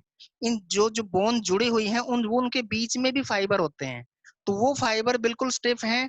अब ये वाला, अब मैं जो बात करूं ये है, इसको मैं कितना भी खींच लूं ये लंबा नहीं होएगा। Yes sir. ठीक है, ये लंबा नहीं होगा, लेकिन ये जो है बैंड होने लायक है। दूसरी चीज ये है, इसको मैं देखूं इसके अंदर क्या है, इसको ना तो मैं खींच सकता हूं ना मैं इसको बैंड कर सकता हूं। है इनके अंदर भी फाइबर। तो फाइबर जो होते हैं वो अलग अलग टाइप के फाइबर, या तो बिल्कुल डेंस हैं, रिजिड फाइबर हैं, या रिजिड नहीं है, या इलास्टिक फाइबर हैं। तो बेस्ड ऑन फाइबरस जो है वो अलग अलग टाइप का प्रोटीन का स्ट्रक्चर बन जाता है। सबसे पहले इन्होंने दिया है केराटिन प्रोटीन। केराटिन प्रोटीन क्या है, कहाँ पे, नेल्स, नेल्स के अंदर होता है। नेल्स जो है, नेल्स को आप जो है वो हिला सकते हैं थोड़ा बहुत, इसको जो है बैंड कर सकते हैं, लेकिन इसको खींच नहीं सकते। हेयर को आप खींच नहीं सकते। फेदर, फेदर मतलब समझते हैं, होप समझते हैं, हॉर्न समझते हैं, जानवरों के सींग होते हैं वो समझते हैं ना सभी। फेदर्स क्या बोलते हैं? Yes sir. पंख। पंख, पंख, पंख, यस। ठीक है, तो उनके अंदर केराटिन प्रोटीन होता है। Collagen protein connective tissue, tendon and cartilage. जब हमारी जो हड्डियां होती हैं, अब मैं कैसे आपको बताऊं, मान लीजिए यहाँ पे मसल्स हैं, मसल जो है, कुछ मसल जो है बोन के साथ जुड़े होते हैं। आप आगे, आई थिंक आप लोकोमोटर सिस्टम पढ़ चुके हैं क्या, मूवमेंट एंड लोकोमोशन? नहीं सर। No sir. Sir movement and locomotion chapter के अंदर आएगा कि जो मसल्स हैं वो बोन के साथ अटैच होते हैं, या बोन आपस में भी एक दूसरे के साथ अटैच होते हैं। तो बोन से बोन को जो जोड़ता है दैट इज, लिगामेंट। हाँ जी, बोन से ligament. Ligament, and bone to muscle is tendon. Tendon. Very good, बात समझ गए। फाइब्रिन प्रोटीन होता है सिल्क के अंदर। फाइब्रिन प्रोटीन का मतलब, सिल्क आपको पता है, सिल्क की साड़ियां भी आती हैं, कपड़े आते हैं, यस सर। ठीक है। तो यस सर। सिल्क, सिल्क आप जो है समझते हैं, सिल्क के अंदर जो है फाइब्रिन, फाइब्रोइन प्रोटीन होता है। और इलास्टिन प्रोटीन अभी मैंने आपको बताया, यहाँ पे ईयर, पिना, पिना ऑफ ईयर, यहाँ पे इलास्टिन, यहाँ पे जो चीज खींच जाए दैट इज इलास्टिन प्रोटीन होता है वहां पे, ठीक है। ट्रोपोमाइसिन एंड किसी के माइक मायोसिन, से बहुत आवाज आ रही है। हाँ जी किसी के माइक से बहुत आवाज आ रही है। बेटा देख लो माइक किसका ऑन है। अब ठीक है सर। ओके, नाउ ट्रोपोमाइसिन और मायोसिन क्या होते हैं, हमारे जो मसल सेल्स होते हैं, मसल्स के अंदर ऐसे जो है, मसल के अंदर फाइबर जो है एक दूसरे के साथ ओवरलैपिंग होते हैं, तो मसल का साइज रिड्यूस हो जाता है, that is called contraction of muscles. और जब उसको वापस खींचा जाता है that is relaxation of muscle. तो एक्टिन और मायोसिन फिलामेंट होते हैं। यहाँ पे ट्रोपोमाइसिन एंड मायोसिन वर्ड लिखा हुआ है, मसल के अंदर होते हैं, समझ गए। एंड फाइब्रिन प्रोटीन होता है ब्लड क्लॉटिंग के अंदर। जब कहीं पे कोई कट लग जाता है, हमें कहीं पे छोटा मोटा कट लग गया, तो वहां से एकदम से ब्लड बाहर निकलना शुरू हो जाता है। आपको क्या करना है, उस ब्लड को वॉश नहीं करना होता। कई बार क्या करते हैं बच्चे जो है, ब्लड को उसको दबा के जो है निकालते रहते हैं, साफ करते रहते हैं, वॉश कर देते हैं। वॉश नहीं करना, उसको एज इट इज जैसे है उसको छोड़ दीजिए, कोशिश कीजिए उसको दबा लीजिए कि ब्लड जो है बाहर ना निकल पाए। तो कुछ सेकंड्स के अंदर जो है वो ब्लड का वहां पे क्लॉट बन जाता है। क्लॉट क्यों बनता है, क्योंकि ब्लड के अंदर कुछ हमारे ऐसे फिलामेंट्स होते हैं, फाइबर लाइक फिलामेंट्स होते हैं। वो फिलामेंट्स जैसे ही जो है ऑक्सीजन के बाहर कांटेक्ट में आते हैं, एनवायरनमेंट के कांटेक्ट में आते हैं। जी सर प्लेटलेट्स होते हैं ना प्रोटीन के लिए। बेटा आवाज का ना समस्या है, मेरे को ना समझ नहीं आया क्या बोल रहे हो। Sir platelets. कोई और बच्चा अनाउंस कर सकता है क्या? Sir platelet. अच्छा प्लेटलेट, प्लेटलेट, प्लेटलेट अलग चीज होती है, फाइब्रिन अलग चीज होते हैं। आगे पढ़ेंगे आप। ब्लड क्लॉटिंग जो है, Ojing out of blood, blood Ojing जो है एक टॉपिक आएगा उसके अंदर। आपकी कनेक्टिव टिश्यू में आएगा शायद, या फिर सर हम कर चुके हैं कनेक्टिव टिश्यू। कनेक्टिव टिश्यू में ब्लड किया है आपने, हाँ जी सर। तो ब्लड क्लॉटिंग आया होगा ना, फाइब्रिनोजन इन कन्वर्टेड इनटू फाइब्रिन। फाइब्रिनोजन नाम से जो है फिलामेंट्स होते हैं, वो इनएक्टिव होते हैं, इनएक्टिव होते हैं। जैसे जो है एयर के बाहर कांटेक्ट में आते हैं तो एक्टिवेट हो जाते हैं, और वो फाइबर का नेटवर्क बना देते हैं, जिससे आरबीसी बाहर नहीं आ पाते हैं। ठीक है, क्लियर। तो बेस्ड ऑन, मतलब फाइब्रस प्रोटीन कौन से हो गए वो नाम बता दिए हमने, अब इनका केमिकल कंपोजिशन बताने की जरूरत नहीं है। ये केमिकल कंपोजिशन अगर आपने पढ़नी है तो आपको मेडिकल कॉलेज में एंटर करना है, तब आप पढ़ेंगे। दूसरा है ग्लोब्यूलर प्रोटीन, जिसमें ग्लोब्यूल बन जाए। ग्लोब्यूल मींस एक कंडेंस्ड स्ट्रक्चर बन गई। फॉर एग्जांपल हीमोग्लोबिन की हम बात कर रहे थे, एग की हम बात करें, egg albumin is the globular protein.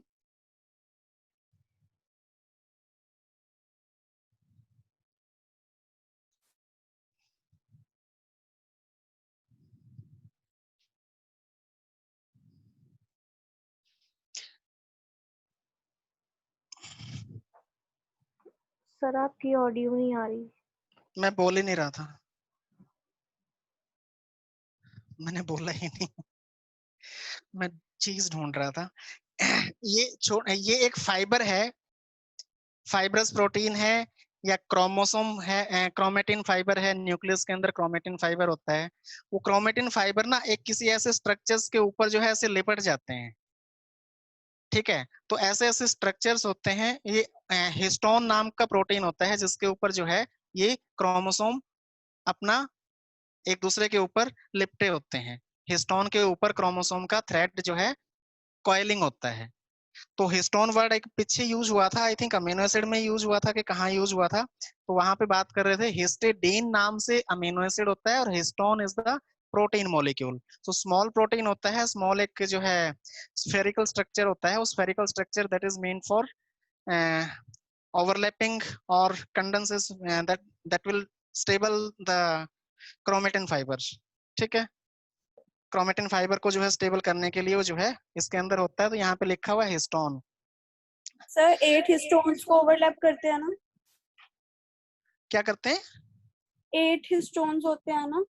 Very good, octamer होता है, ऑक्टामर बोलते हैं यस इसको। सर। किसने बोला? Sir Nancy. Very good. आपके मम्मी पापा डॉक्टर हैं या बायोलॉजी के टीचर हैं? Sir teacher.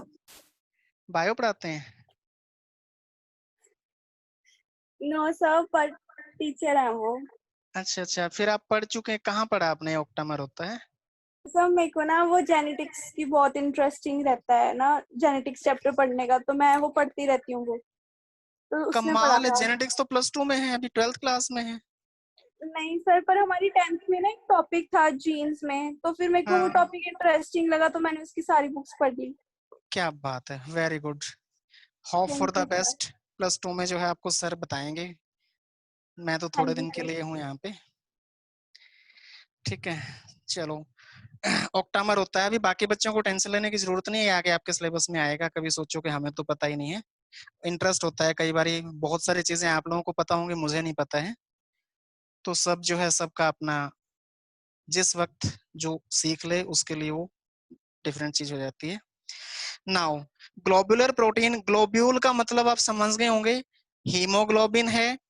ऑक्टामर जैसे हिस्टोन प्रोटीन की बात कर रहे थे ये अभी, एग से आप सब समझ जाएंगे। एग का जो एल्ब्यूमिन पार्ट है, यू नो एग के अंदर दो चीजें होती है, एक albumin and York.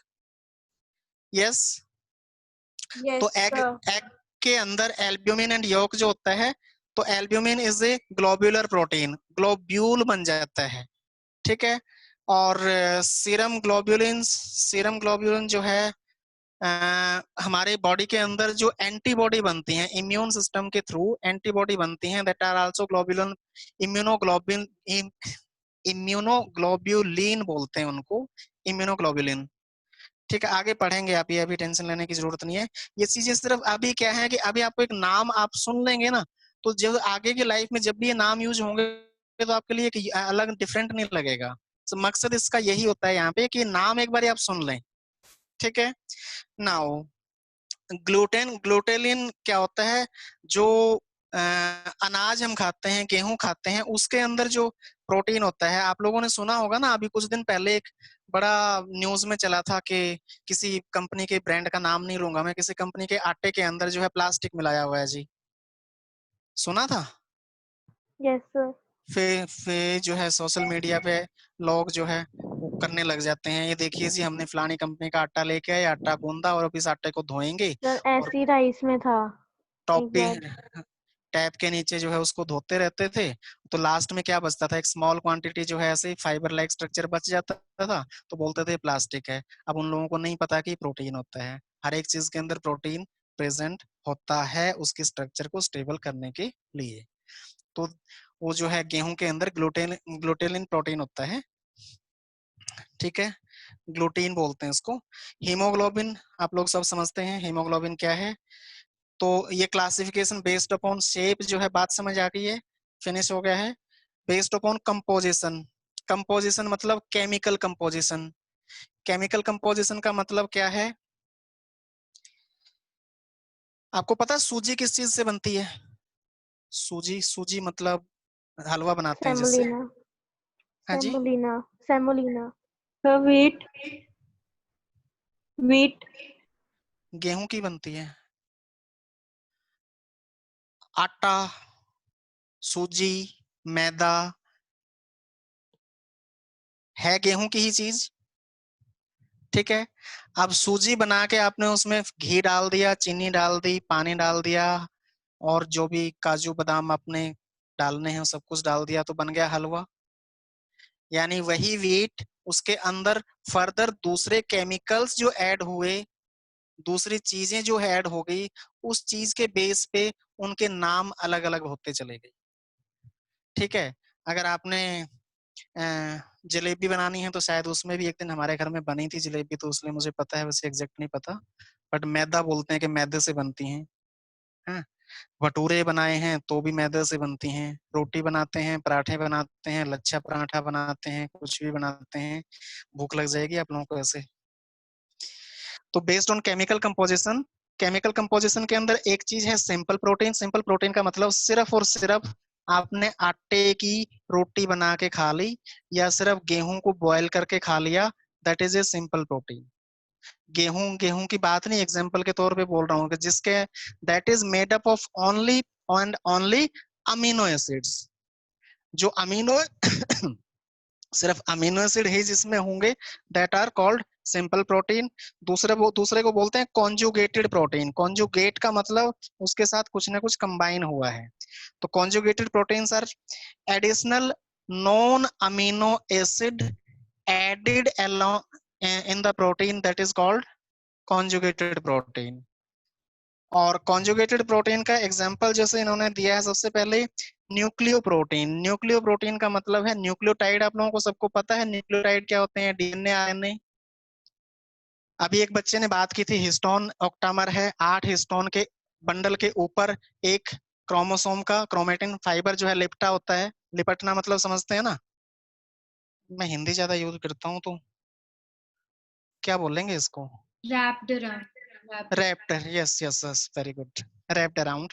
So DNA और आरएनए के अंदर क्या है, हिस्टोन के ऊपर, हिस्टोन प्रोटीन के ऊपर डीएनए का थ्रेड फिर लिपटा हुआ बोल रहा हूं, रैप हुआ है, तो that is called nucleo protein. DNA और आरएनए को न्यूक्लियोटाइड का पॉलीमर बोलते हैं, पॉलीमर ऑफ न्यूक्लियोटाइड, ठीक है। सो नेक्स्ट वन इज, इसके दो पार्ट बना दिए, डीऑक्सीराइबोन्यूक्लियोप्रोटीन और राइबोन्यूक्लियोप्रोटीन। मतलब समझते हैं, जिस जो डीएनए है वो डीऑक्सीराइबोन्यूक्लिक हो गया और आरएनए है वो राइबोन्यूक्लिक हो गया। क्रोमोप्रोटीन, क्रोमोप्रोटीन का मतलब, क्रोमा वर्ड का मतलब होता है क्रोमो मींस, ये स्निग्धा बता सकते हैं क्रोमा मींस? क्रोमो का मतलब नहीं पता मेरे को, क्रोमोसोम पता है। क्रोमो का मतलब होता है, यस यस, कलर। बोलिए कौन बोलना चाहते हैं? कलर। अच्छा कलर। कलर, हाँ colour, yes, very good. Chromo means colour. Chromo में, अरे टेंशन नहीं लेने का, क्रोमो मींस कलर, ठीक है। कलर हीमोग्लोबिन है, red colour, haem red colour का होता है, हीमोग्लोबिन। एक आपको पता है हीमोसाइनिन होता है, यस सर। अब वो blue colour, blue in arthropods. यानी कि ब्लू कलर का ब्लड भी बोलते हैं। और किसी आम आदमी को आप बोलोगे ब्लू कलर का ब्लड तो वो आपका मजाक उड़ाएगा, ठीक है। तो इसीलिए तो बहुत सारी चीजें हैं क्रोमोप्रोटीन में। हीमोग्लोबिन का एग्जांपल है, हीमोग्लोबिन के अंदर क्या है, ग्लोबुलिन प्रोटीन के साथ हीम, हीम मतलब आयरन, ठीक है। आयरन के साथ जो बन गया दैट इज हीमोग्लोबिन। साइटोक्रोम का मतलब, साइटोक्रोम के अंदर भी आयरन ही होता है, हाँ ठीक है, आयरन ही है। हीमोसाइनिन के अंदर कॉपर होता है। क्लोरोप्लास्टिन, क्लोरोप्लास्टिन का मतलब जो प्लांट का कलर ग्रीन नजर आता है, दैट इज कॉल्ड क्लोरोप्लास्टिन। तो उसके अंदर क्लोरोफिल होता है। क्लोरोफिल किसमें होता है, थैलेकोइड। स्ट्रक्चर पता होंगे आप लोगों को सबको, किसी बच्चे को पता है थैलेकोइड क्या होता है? Yes sir. सॉरी, थैलेकोइड क्या होता है ये नहीं पता है किसी को? नो, ठीक है, थैंक यू। मेटलोप्रोटीन, जिसमें मेटल हो, प्रोटीन के साथ मेटल ऐड हो गया, दैट इज ए मेटलोप्रोटीन हो गया। फेरेटिन, फेरेटिन जो है ये अभी आप आगे पढ़ेंगे फेरेटिन होता क्या है। आप ग्लाइकोप्रोटीन, ग्लाइकोप्रोटीन का मतलब होता है, ग्लाइको वर्ड जहां पे भी लगेगा that is related to carbohydrate, तो कार्बोहाइड्रेट के साथ जो प्रोटीन बनता है that is called glycoprotein. Example plasma membrane, cell wall. Plasma membrane अभी हम आगे पढ़ेंगे सेल ऑर्गेनेलिज के अंदर, वहां पे पता चलेगा आपको प्लाज्मा मेम्ब्रेन के अंदर कहाँ ग्लाइकोप्रोटीन है, कहाँ रिसेप्टर है, कहाँ इंटरनल, इंट्रिंसिक, एक्सट्रिंसिक, बहुत सारी चीजें आएंगी आगे। Next mucoprotein. म्यूकोप्रोटीन का मतलब होता है, म्यूको मींस म्यूकस, और म्यूकोप्रोटीन एग्जाम्पल जो है नहीं बता पा रहा हूं मैं, म्यूसिन बोल रहे हैं इसको। म्यूकैड कार्बोहाइड्रेट, कार्बोहाइड्रेट।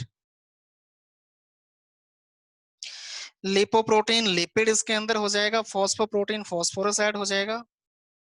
ठीक है, कोई खास चीज नहीं है। उसके बाद बेस्ड अपॉन फंक्शन, फंक्शन के बेस पे जो है प्रोटीन कितने टाइप के होते हैं, तो फंक्शन के बेस पे जस मन्नत, सबसे पहले एंजाइमेटिक। एंजाइमेटिक प्रोटीन जो है, जो प्रोटीन एंजाइम बनाएंगे। एंजाइम जो होते हैं वो सभी प्रोटीन से बने होते हैं, और एंजाइम का फंक्शन क्या है ये इससे अगला टॉपिक है। इसके अंदर अभी आप जो है देख रहे हैं बहुत सारे प्रोटीन जो है ऐसे होते हैं जिनके अंदर एंजाइम के प्रोटीन के साथ साथ कुछ नॉन प्रोटीन पार्ट लगा होता है, कोफैक्टर, को एंजाइम, ये अलग अलग जो है इसकी डिस्क्रिप्शन आगे आएगी, अभी इसको सिर्फ इतना याद कर लीजिए। कॉन्जुगेट एंजाइम और सिंपल एंजाइम, दो टाइप के एंजाइम है कि नॉर्मल डायरेक्ट एंजाइम ही है, और कॉन्जुगेट वर्ड का मतलब है उसके साथ कुछ ना कुछ और भी ऐड किया हुआ है, कॉन्जुगेट का मतलब। ठीक है, नॉन प्रोटीन कंपोनेंट होते हैं, प्रोटीन कंपोनेंट उसको एपोएंजाइम और नॉन प्रोटीन को कोएंजाइम बोलते हैं। Coenzyme also called as cofactor, ये आगे आएगा। दूसरा बेस्ड ऑन जो है नॉन एंजाइमेटिक फंक्शन के बेस पे, अभी जो हमने बात की थी स्टोरेज ऑफ और रिजर्व प्रोटीन।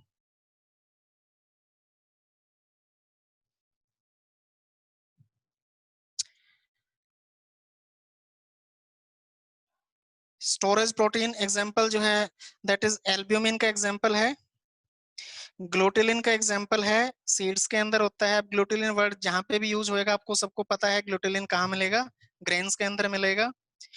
नेक्स्ट आता है ट्रांसपोर्ट प्रोटीन। ट्रांसपोर्ट प्रोटीन का मतलब है कि कोई प्रोटीन जो है एक चीज को दूसरी जगह ट्रांसपोर्ट करने का काम करे। फॉर एग्जांपल हीमोग्लोबिन का काम क्या होता है, ऑक्सीजन को लंग से लेके बॉडी टिश्यू के पार्ट लेके जाना, और टिश्यू से वापस कार्बन डाइऑक्साइड और अदर वेस्ट मटेरियल को लंग्स के पास लेके आना, या फिर किडनी के पास लेके जाना, या लीवर के पास लेके जाना, या स्किन के पास लेके जाना।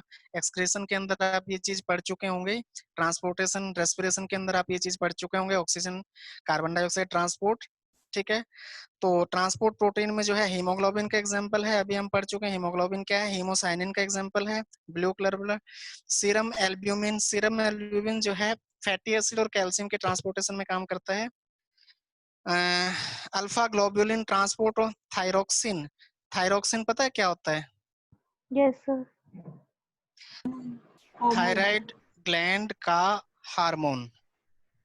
ठीक है, और beta globulin transport vitamin A, D and के, विटामिन ए, डी एंड के इनके ट्रांसपोर्ट में काम करता है बीटा ग्लोबुलिन। स्ट्रक्चर के बेस पे जो है प्रोटीन अभी हमने किए ही थी, स्ट्रक्चरल प्रोटीन, तो वैसे रिपीट किया हुआ है। लिगामेंट अभी आपने बताया था क्या होता है, इलास्टिन आपने बताया था क्या होता है, टेंडन आपने बताया था क्या होता है, राइट? तो इसको दोबारा से करने की जरूरत है नहीं है। कॉन्ट्रैक्टाइल प्रोटीन, कॉन्ट्रैक्टाइल प्रोटीन कौन से होते हैं? जो कॉन्ट्रैक्शन करते हैं। कॉन्ट्रैक्शन कौन करता है? Muscular muscles, right? Muscle contraction का काम करते हैं। हार्मोन्स, बहुत सारे प्रोटीन जो है that are made up of hormone. Insulin is a hormone which is proteinaceous, protein जो है प्रोटीन का बना होता है। ठीक है,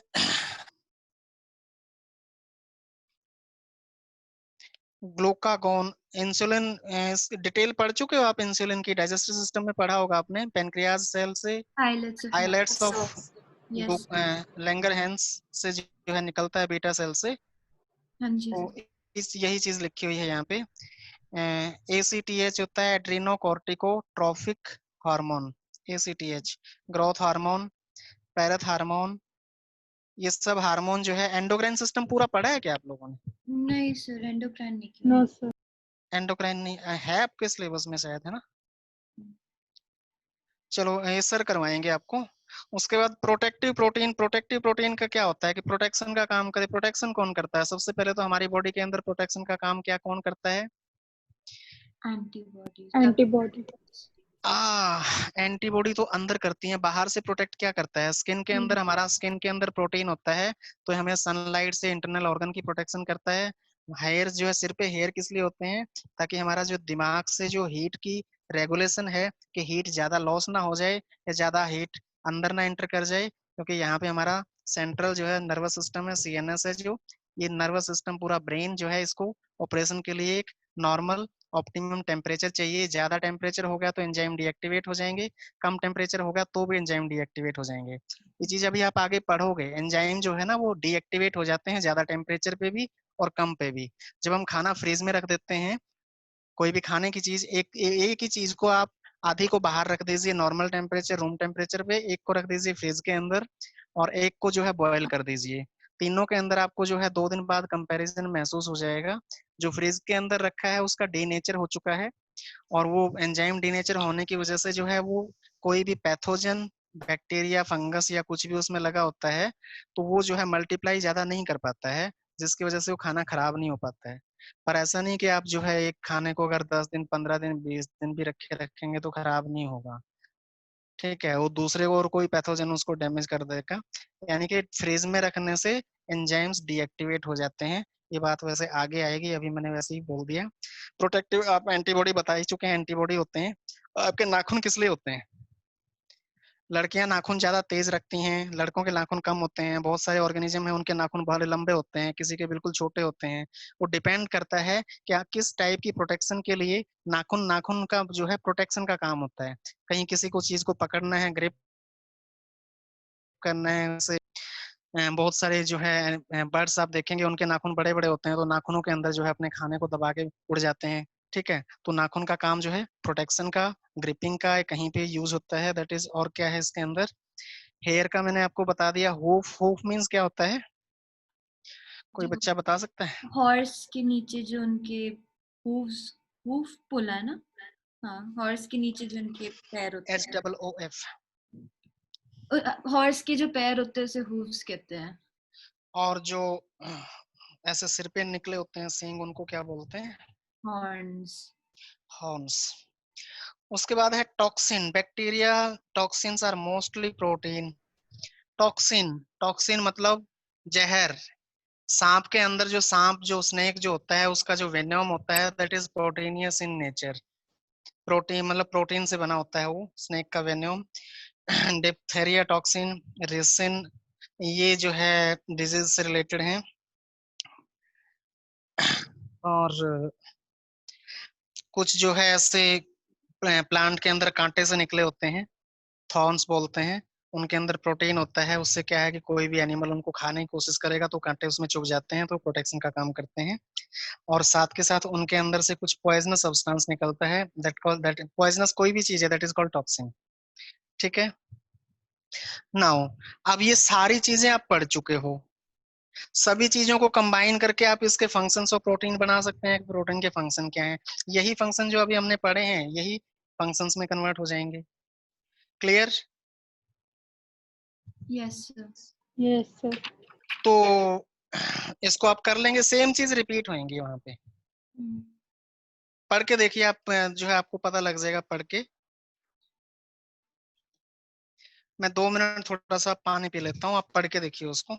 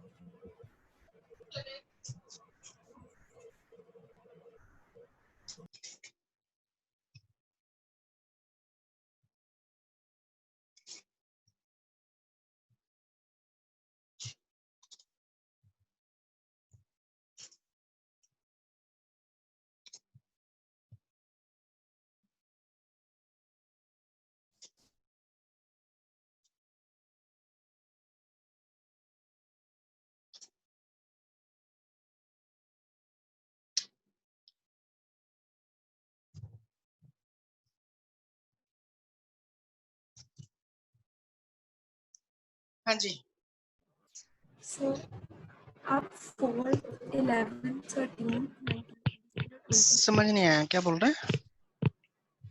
सो आप 4th, 11th, 13th, 19th, 22nd और 23rd वाले पॉइंट्स एक्सप्लेन कर दो फंक्शंस के। Functions of protein 4th, 11th, 11th point monellin. Monellin okay, monellin जो है ना इस स्वीटनेस के लिए यूज होता है, जो शुगर फ्री यूज करते हैं ना। किसी को अगर डायबिटीज है, आपको पता है डायबिटीज, डायबिटिक मेलाइटिस क्या होता है? कौन बात कर रहा था? डायबिटीज बेटा पता है क्या? When the amount of Yes, sugar is sir. more in body. जो डायबिटिक पेशेंट होते हैं उनको जो है ग्लूकोज नहीं दिया जाता, क्योंकि उनका ग्लूकोज जो है बॉडी के अंदर इंसुलिन डेफिशिएंसी की वजह से ग्लाइकोजन में कन्वर्ट नहीं हो पाता है। तो ग्लाइकोजन में ना कन्वर्ट होने की वजह से एक्सेसिव ग्लूकोज बॉडी के अंदर हार्मफुल होता है। तो वो जो है क्या करते हैं, फिर मीठा चाय, मीठा मीठा खाने का मन करता है, चाय मीठी पीनी है या कुछ भी खाना है, तो उसके अंदर स्वीटनर जो है वो कार्बोहाइड्रेट की बजाय, ग्लूकोज की बजाय मोनोलिन नाम से ये जो तीन है, ये सब्सटेंस यूज किए जाते हैं। शुगर फ्री आपने एक येलो कलर की डब्बी आती है छोटी सी, देखी होगी। जैसे जितनी Yes, sir. चीनी चीनी डालते हैं, मान लीजिए चीनी अगर 1 चम्मच डालते हैं, तो उसके कंपैरेटिव जो है एक चीनी का जो एक ग्रेन होता है ना, उसके साइज की ऑलमोस्ट उसकी एक टैबलेट होती है। एक बहुत माइन्यूट क्वांटिटी जो है बहुत ज्यादा मीठा कर देती है। तो माइन्यूट क्वांटिटी एक मतलब जरा सी टैबलेट डालते हैं तो पूरा चाय का अंदर 1 चम्मच के मीठे जितना टेस्ट आता है। तो दीज आर प्रोटीन होता है ये, यानी कार्बोहाइड्रेट नहीं होता है, और स्वीटनर होता है। 11th पॉइंट हो गया। Next 12th। 12th 4th 44th microtubules. और अभी आगे आएगा बेटा, उसमें आएगा क्या नाम, सेल ऑर्गेनाइज करेंगे। माइक्रोट्यूब्यूल्स क्या होते हैं? छोटे छोटे ऐसे ट्यूब लाइक स्ट्रक्चर होते हैं सेल के अंदर, वो माइक्रोट्यूब्यूल्स होते हैं।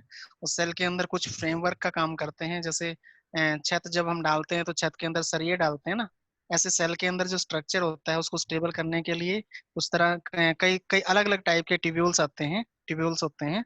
तो एक किसी स्ट्रक्चर को शेप देने के लिए वो ट्यूब्यूल्स का यूज होता है, वो आगे आप पढ़ेंगे सेल के अंदर। Next 13th 13। हाँ जी 13 13। Yes sir. बेटा रोडोप्सिन एंड आयोडोप्सिन जो है ये आंख के अंदर होते हैं। आंख के अंदर जो है, हमारी आंख जो होती है ना, ये आप अभी आगे आपका नर्वस सिस्टम हुआ है क्या? नर्वस सिस्टम पढ़ा आपने? सर नहीं पढ़ा। प्रीवियस क्लास में पढ़ा था 10th में। 10th से अब थोड़ा सा आगे अब ज्यादा है, आपको थोड़ा सा एनाटॉमिकल ज्यादा पढ़ना पड़ेगा इसको। उसके अंदर आएगा ये आंख का जो स्ट्रक्चर आएगा ना, उसमें रोडोप्सिन और आयोडोप्सिन दो पिगमेंट होते हैं। ये जो है हमें क्या करते हैं, एक डार्क अंधेरा जब ज्यादा हो जाता है तो उस टाइम पे जो देखने में हेल्प करता है, एक ज्यादा लाइट होती है उसमें देखने में हेल्प करता है। अगर किसी पेशेंट कोई आके बोलता है कि मुझे बिल्कुल लाइट में प्रॉपर दिखाई नहीं देता, तो वो उसके अंदर किसी एक की जो है डेफिशिएंसी होती है, रोडोप्सिन की, आयोडोप्सिन। मेरे ख्याल से रोडोप्सिन जो है ये डार्कनेस के लिए होता है, और आयोडोप्सिन जो है लाइट, ज्यादा लाइट के अंदर देखने के लिए पिगमेंट यूज होता है, हेल्प करता है मतलब हमें विजन के लिए। यस ठीक सर, है। ये सारे येलो स्पॉट के ऊपर प्रेजेंट होते हैं। बेटा समझ नहीं आया मुझे आपने क्या बोला। आप ना थोड़ा सा स्लो बोला करो ताकि अल्फाज जो है यहाँ तक पहुंच जाए मुझे सिस्टमेटिक। दोबारा बोलना चाहते हैं कि आगे चलूं? नहीं सर, आप प्रोसीड कर लो आगे। 19th हाँ Sir, जी नेक्स्ट। sir, हाँ। हम्म। sir, based upon function, fourth point एक बार explain करना. Based upon function, Yes, sir. Point number 4, contractile protein, ये वाला। Yes, sir. कॉन्ट्रेक्टाइल प्रोटीन बेटा जो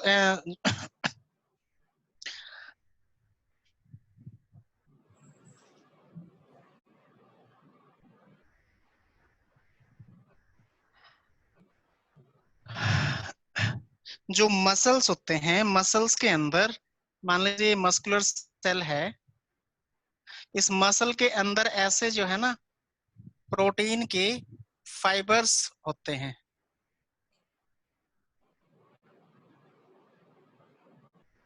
ये आगे आप उसमें पढ़ेंगे, मूवमेंट एंड लोकोमोशन के चैप्टर में आएगा, बोन एंड मसल्स का स्ट्रक्चर। ये इस तरह के प्रोटीन हैं, इनके बीच में प्रोटीन होते हैं दूसरे प्रोटीन,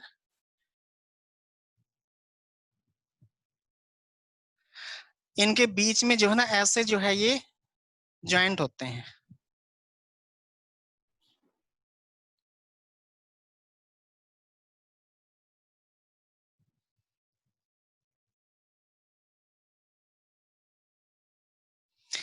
ये प्रोटीन क्या करते हैं, ये बीच में से ये फाइबर ब्रेक हो जाते हैं, ये क्लिप्स होते हैं, ये क्लिप्स ब्रेक होते हैं और यहाँ से जो है ये इसके ऊपर स्लाइड करते हैं।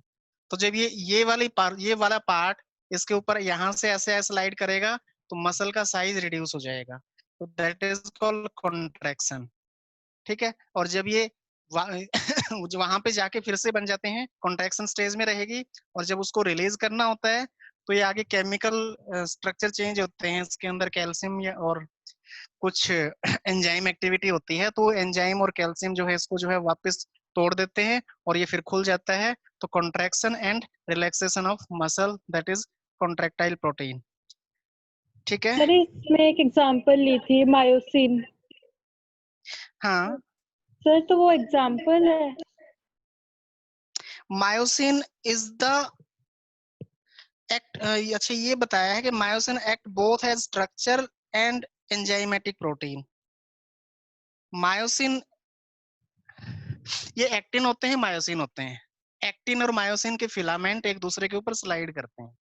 तो एक्टिन मायोसिन जो नाम का फिलामेंट है वो that act as a structural protein, muscle का स्ट्रक्चर भी काम करेगा, और ये मायोसिन किसी और जगह पे प्रो एंजाइम का काम भी करेगा। अभी एंजाइम पढ़ेंगे ना, थोड़ा सा डिटेल वहां पे क्लियर होएगी इसकी। ओके सर जी, next 20 second. pollen grain possesses protein for compatibility। compatibility का मतलब होता है जो फ्लावर के आपको पता है कि जो ओवम एंड स्पर्म जो है male and ovum is the female reproductive gamete and sperm is the male reproductive gamete. Ovum female, male का स्पर्म है। तो जो स्पर्म जैसे किसी और भी ऑर्गेनिज्म के जो स्पर्म होते हैं, अगर वो किसी एक स्पीसीज का दूसरी स्पीसीज के स्पर्म और ओवम को एक दूसरे के कांटेक्ट में लेके आएंगे तो वो कांटेक्ट एक दूसरे का हो ही नहीं पाएगा, एक दूसरे के नजदीक नहीं आएंगे। स्पर्म एंड ओवम के अंदर एक ऐसा प्रोटीन होता है जो एक दूसरे को अपनी तरफ अट्रैक्ट करता है। ओवम जो है स्पर्म को ऑटोमेटिक अपनी तरफ अट्रैक्ट करता है। तो ऐसे जो पोलन ग्रेन्स होते हैं प्लांट के अंदर, पोलन ग्रेन, वो कंपैटिबिलिटी का मतलब होता है कि कंपैटिबल समझ गए होंगे कि वो उसको जो है अट्रैक्ट करने के लिए पोलन ग्रेन उसी स्पीसीज की ओवरी के पास जाएगा। किसी और, अब जैसे गेहूं के प्लांट है या किसी भी कोई आम के प्लांट के ऊपर आपने कभी केला लगा तो नहीं देखा होगा। अगर आम का प्लांट भी और केले का प्लांट दोनों प्लांट साथ में, चलो केले का अपने फ्लावर देखने के चांसेस कम होते हैं। किसी और जामुन की बात कर लेते हैं, जामुन का प्लांट और आम का प्लांट दोनों इकट्ठे लगे हैं, तो वहां पे ऐसा नहीं है कि आम के प्लांट के ऊपर जामुन लग जाए, क्योंकि जामुन के भी पोलन ग्रेन हवा में उड़ सकते हैं और प्लांट के पोलन ग्रेन भी हवा में उड़ सकते हैं। आम के, मैंगो, तो मैंगो के जो है पोलन ग्रेन जो है जामुन के प्लांट के फ्लावर के पास जाके वहां पे कोई भी एक्टिविटी नहीं कर पाएंगे। That is they are not compatible to each other. बात समझे कंपैटिबिलिटी का मतलब क्या है? Yes, sir. Thank you. किसने पूछा था? Clear? Yes, sir. Answer Next. 23rd. Milk, eggs and seed contain storage protein for nourishment of young one. Milk contain protein called casein. Egg, ovalbumin भी जो albumin होता है ना, egg का जो प्रोटीन है, that is also called ovalbumin. ये कई बारी जो है बच्चे इसको ओवलब्यूमिन को एग प्रोटीन को जो है एल्ब्यूमिन कन्वर्ट कर देते हैं। एल्ब्यूमिन भी बोलते हैं, ओवलब्यूमिन भी बोलते हैं। तो ये जो है, अब एग खाते हैं आप, क्या करते हैं? एग से आपको क्या मिलता है? नरिशमेंट मिलता है ना, न्यूट्रिशन मिलता है। तो जो प्रोटीन जो है न्यूट्रिशन स्टोर करते हैं, that are called nourishing protein. तो मिल्क से भी न्यूट्रिशन मिलता है, एग से भी न्यूट्रिशन मिलता है। सीड्स जो होते हैं, जो बीज आप सीड्स जो होते हैं, जैसे आज की डेट में अभी आपने सीड्स इकट्ठे किए, उसका प्लांटेशन का टाइम अगले से 6 मंथ के बाद आएगा। तो 6 महीने के लिए वो सीड रखे रहते हैं। 6 महीने के बाद जो सीड्स को फिर से ग्रो किया जाता है। ग्रो करने के लिए उसको जो है उगाने के लिए जो मिट्टी में डाला जाता है, तो मिट्टी में डालने के बाद उसके अंदर से फिर से निकल जाते हैं। और अगर किसी एनिमल की आप बात करेंगे, एनिमल को किसी को न्यूट्रिशन मत दीजिए 6 मंथ, तो उसको जो है दोबारा से अगर खड़ा करने की कोशिश करेंगे तो नहीं होगा। तो ऐसे सीड्स के अंदर जो है वो न्यूट्रिशन स्टोर हो जाता है। किसी एनिमल के अंदर वो न्यूट्रिशन ऐसे स्टोर नहीं हो पाता है, उसको कंटिन्यू न्यूट्रिशन लेना पड़ता है। ठीक है, बात समझे न्यूट्रिशन का मतलब? क्लियर? Yes sir. नेक्स्ट बताइए। 19 फिनिश? 19 सर। समझ नहीं आया बेटा, क्या बोल रहे हो? 19 आप लिख के बताइए। 19 19 P protein, which is present in sieve tube element, play role in transport of nutrient and block plant injuries. आपको sieve tube पता है क्या होती है? Yes sir. प्लांट का जो स्ट्रक्चर है, तो उसके अंदर जो है पी नाम का प्रोटीन है। अब ये प्रोटीन के ना ऐसे कई जगह पी नाम दिया जाएगा, सी दिया जाएगा, बी नाम दिया जाएगा, आगे बहुत सारे ऐसे उसकी जगह के बेस पे, कुछ किसी की फाइंडिंग के बेस पे, किसी की फंक्शनिंग के बेस पे ऐसे नाम अलग अलग दिए जाएंगे। तो ये पी प्रोटीन है which present in sieve tube element, play role in transport of nutrient. अब प्लांट जो है, प्लांट से न्यूट्रिशन कहाँ से लेता है? जमीन से लेता है। तो जमीन से जो है नीचे से ऊपर जो है, जो फ्लोएम एंड जाइलम के थ्रू जो आगे जाते हैं न्यूट्रिशन, तो उसकी न्यूट्रिशन की ट्रांसपोर्टेशन में हेल्प करता है। आपको हाइड्रोफिलिक और ये प्लांट फिजियोलॉजी के अंदर आप इसको पढ़ेंगे। नेक्स्ट।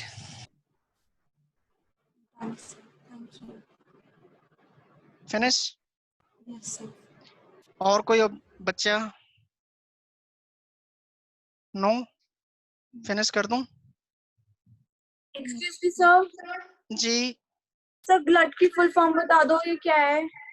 किसके? सर 24th पॉइंट लिखा है ना, glut 4 enables glucose। GLUT, this is A glucose transportation. Yes sir. ये क्या है? ये कोई प्रोटीन है कि क्या है? ये बेटा आप ये मेडिकल कॉलेज में पढ़ोगे, यहाँ पे अभी इसका कोई यूज नहीं है। GLUT is the glucose transportation unit. Transporter protein होते हैं जो मतलब ग्लूकोज का एक सेल से दूसरे सेल में ट्रांसपोर्ट करते हैं।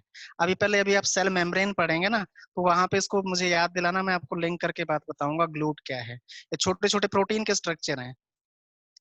अब जैसे कि मान लीजिए कोई लोहे की चीज है, केमिकली मेडअप ऑफ आयरन, और एक जो है लोहे की जो है, आप सरिया ले लीजिए, एक कस्सी ले लीजिए, एक हथौड़ी ले लीजिए, सभी का स्ट्रक्चर अलग अलग है, सभी का फंक्शन अलग अलग है। इसी तरह से जो प्रोटीन क्या है। होता है? हाँ जी? कस्सी क्या होता है? कस्सी क्या होता है बेटा? जिससे वो खोदते हैं, मिट्टी ठीक में है। मारते हैं उसको। तो स्ट्रक्चर अलग अलग स्ट्रक्चर होते हैं, उसके नाम, मतलब GLUT is the glucose transporter protein. GLUT की फुल फॉर्म लिख लीजिए, glucose transporter protein. Thank you sir. ये आगे लिखा हुआ है, ग्लूकोज ट्रांसपोर्ट इनटू सेल। नहीं सर, मैं उसकी फुल फॉर्म पूछ रही थी ना, मैंने कहीं पे पढ़ा था पर मेरे दिमाग में आ नहीं रहा था, कुछ बड़ी सी थी इसकी फुल फॉर्म। ओके बेटा, जरूरी नहीं है वैसे हर एक मेरे को पता हो। बहुत सारे ऐसी चीजें आ जाती हैं, कई बार ध्यान नहीं रहता, कई बार दिमाग में नहीं रहता, तो ऐसा मत करना कि मुझे पता ना और मेरा मजाक उड़ाओ। नहीं सर, इट्स ओके। आगे एक ना इसमें रुबिस्को लिखा हुआ है, इसको पॉइंट 9 जरूर लिख लीजिए। Rubisco ribulose biphosphate carboxylase oxygenase. ये इसका आगे यूज होएगा, इसको पॉइंट को नोट कर, ये वैसे सारे पॉइंट पढ़ने वाले हैं। Point to remembers, points to be remembered for entrance exam, इनको सभी को पढ़ लेना। चीज वही है जो अभी तक हमने डिस्कस की हैं, बस ये रूबिस्को के बारे में नहीं किया था डिस्कस। और एक स्टार्टिंग में दिया होगा इसमें कि प्रोटीन जो है किसने नाम दिया था, किसने जो है इसको डिस्कवर किया था। देखिए क्या नाम है, मोडलर कि म्यूलर नाम था ना फोन।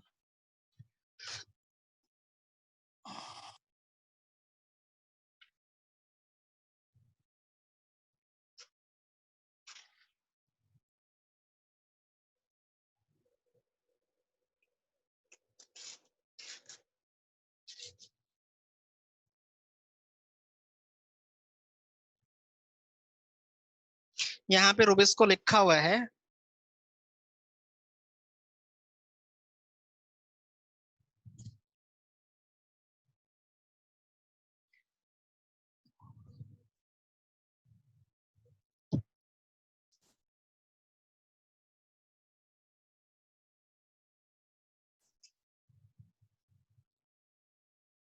ये चल नहीं रहा क्या?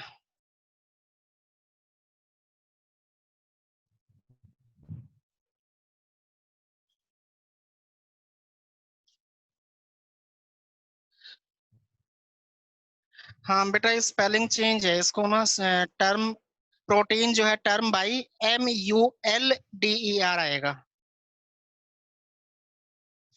सुन पा रहे हो मेरे को?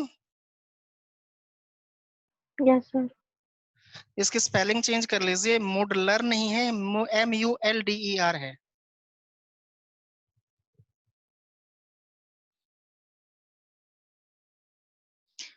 ठीक है, और कुछ पूछना चाहते हैं?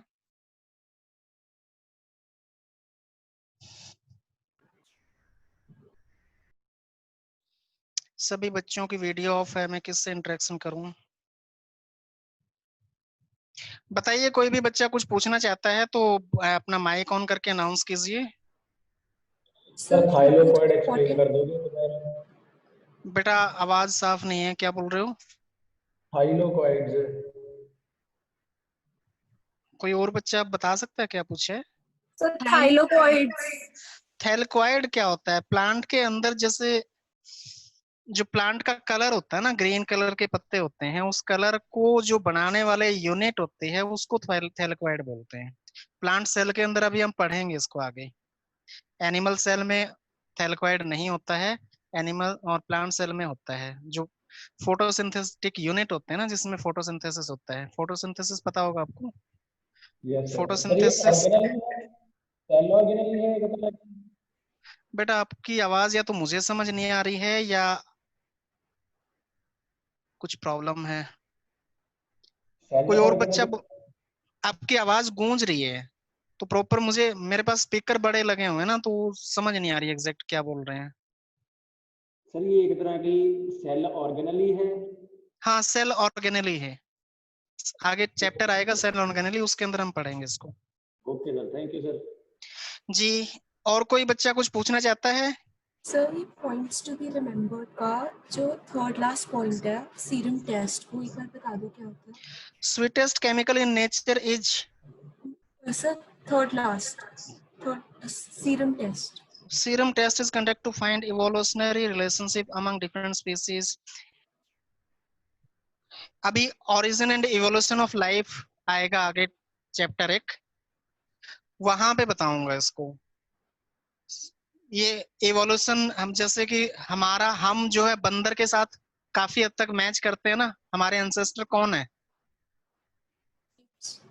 Australopithecus। हाँ जी, monkeys। Australopithecus वो जो है ना एवोल्यूशन एंसेस्टर। Australopithecus। तो उनके ब्लड के अंदर जो कंटेंट होता है और हमारे ब्लड के अंदर जो कंटेंट होता है, तो काफी हद तक वो सिमिलर है, को कुछ चीजें मैच करती हैं। तो यानी कि इससे हमें पता चलता है कि हम वहां से इवॉल्व होके आए हैं, हम पहले बंदर थे, समझे? तो इन चीजों को एनालाइज करने के लिए, एवोल्यूशन को एनालाइज करने के लिए सीरम की स्टडी करते हैं, सीरम के अंदर से कुछ कंटेंट का पता करते हैं। वो किसी, ये बोले ना कि भाई ये वहां से ओरिजिनेट होके आए हैं या इनके एंसेस्टर ये थे, तो उसको एनालाइज करने के लिए सीरम एनालिसिस होता है। तो डीएनए टेस्ट और सीरम टेस्ट में क्या डिफरेंस होता है? किसमें? डीएनए टेस्ट जब हम करते हैं अगर बाय चांस, डीएनए में डीएनए टेस्ट और सीरम टेस्ट में डिफरेंस क्या होता है? सीरम के अंदर हम केमिकल सब्सटेंस देखते हैं। जो सीरम पता है आपको क्या होता है? ब्लड के अंदर विदाउट प्रोटीन्स। हाँ, और जो डीएनए है उसमें न्यूक्लियोटाइड के सीक्वेंस पता करते हैं। न्यूक्लियोटाइड AGCT होते हैं, जो एडेनोसिन, ग्वानिन, थाइमिन, साइटोसिन, इनकी जो पर्टिकुलर सीक्वेंस होती है उस सीक्वेंस को एनालाइज करना, दैट इज डीएनए फिंगरप्रिंटिंग। और सीरम के अंदर केमिकल सब्सटेंस को एनालाइज करते हैं, केमिकली सब्सटेंस क्या है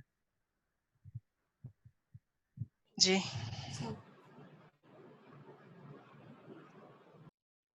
ठीक है बेटा, बाय बाय करें। यस किसी को कुछ पूछ जी? Thank you very much, bye bye, good night. Thank you sir. Thank Thank you, you. sir. Thank you, sir. Thank you. Thank you, sir. Thank you. वाह, one person clapping, thank you. पता नहीं कौन थे। Thank you sir. Thank you very much, thank you, clapping very good, I am feeling good. वाह, अरे वाह, very good, thank you very much. Next class में मिलेंगे।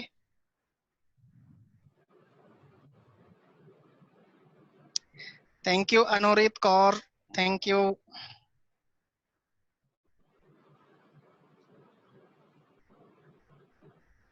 Bye, sir. Bye bye.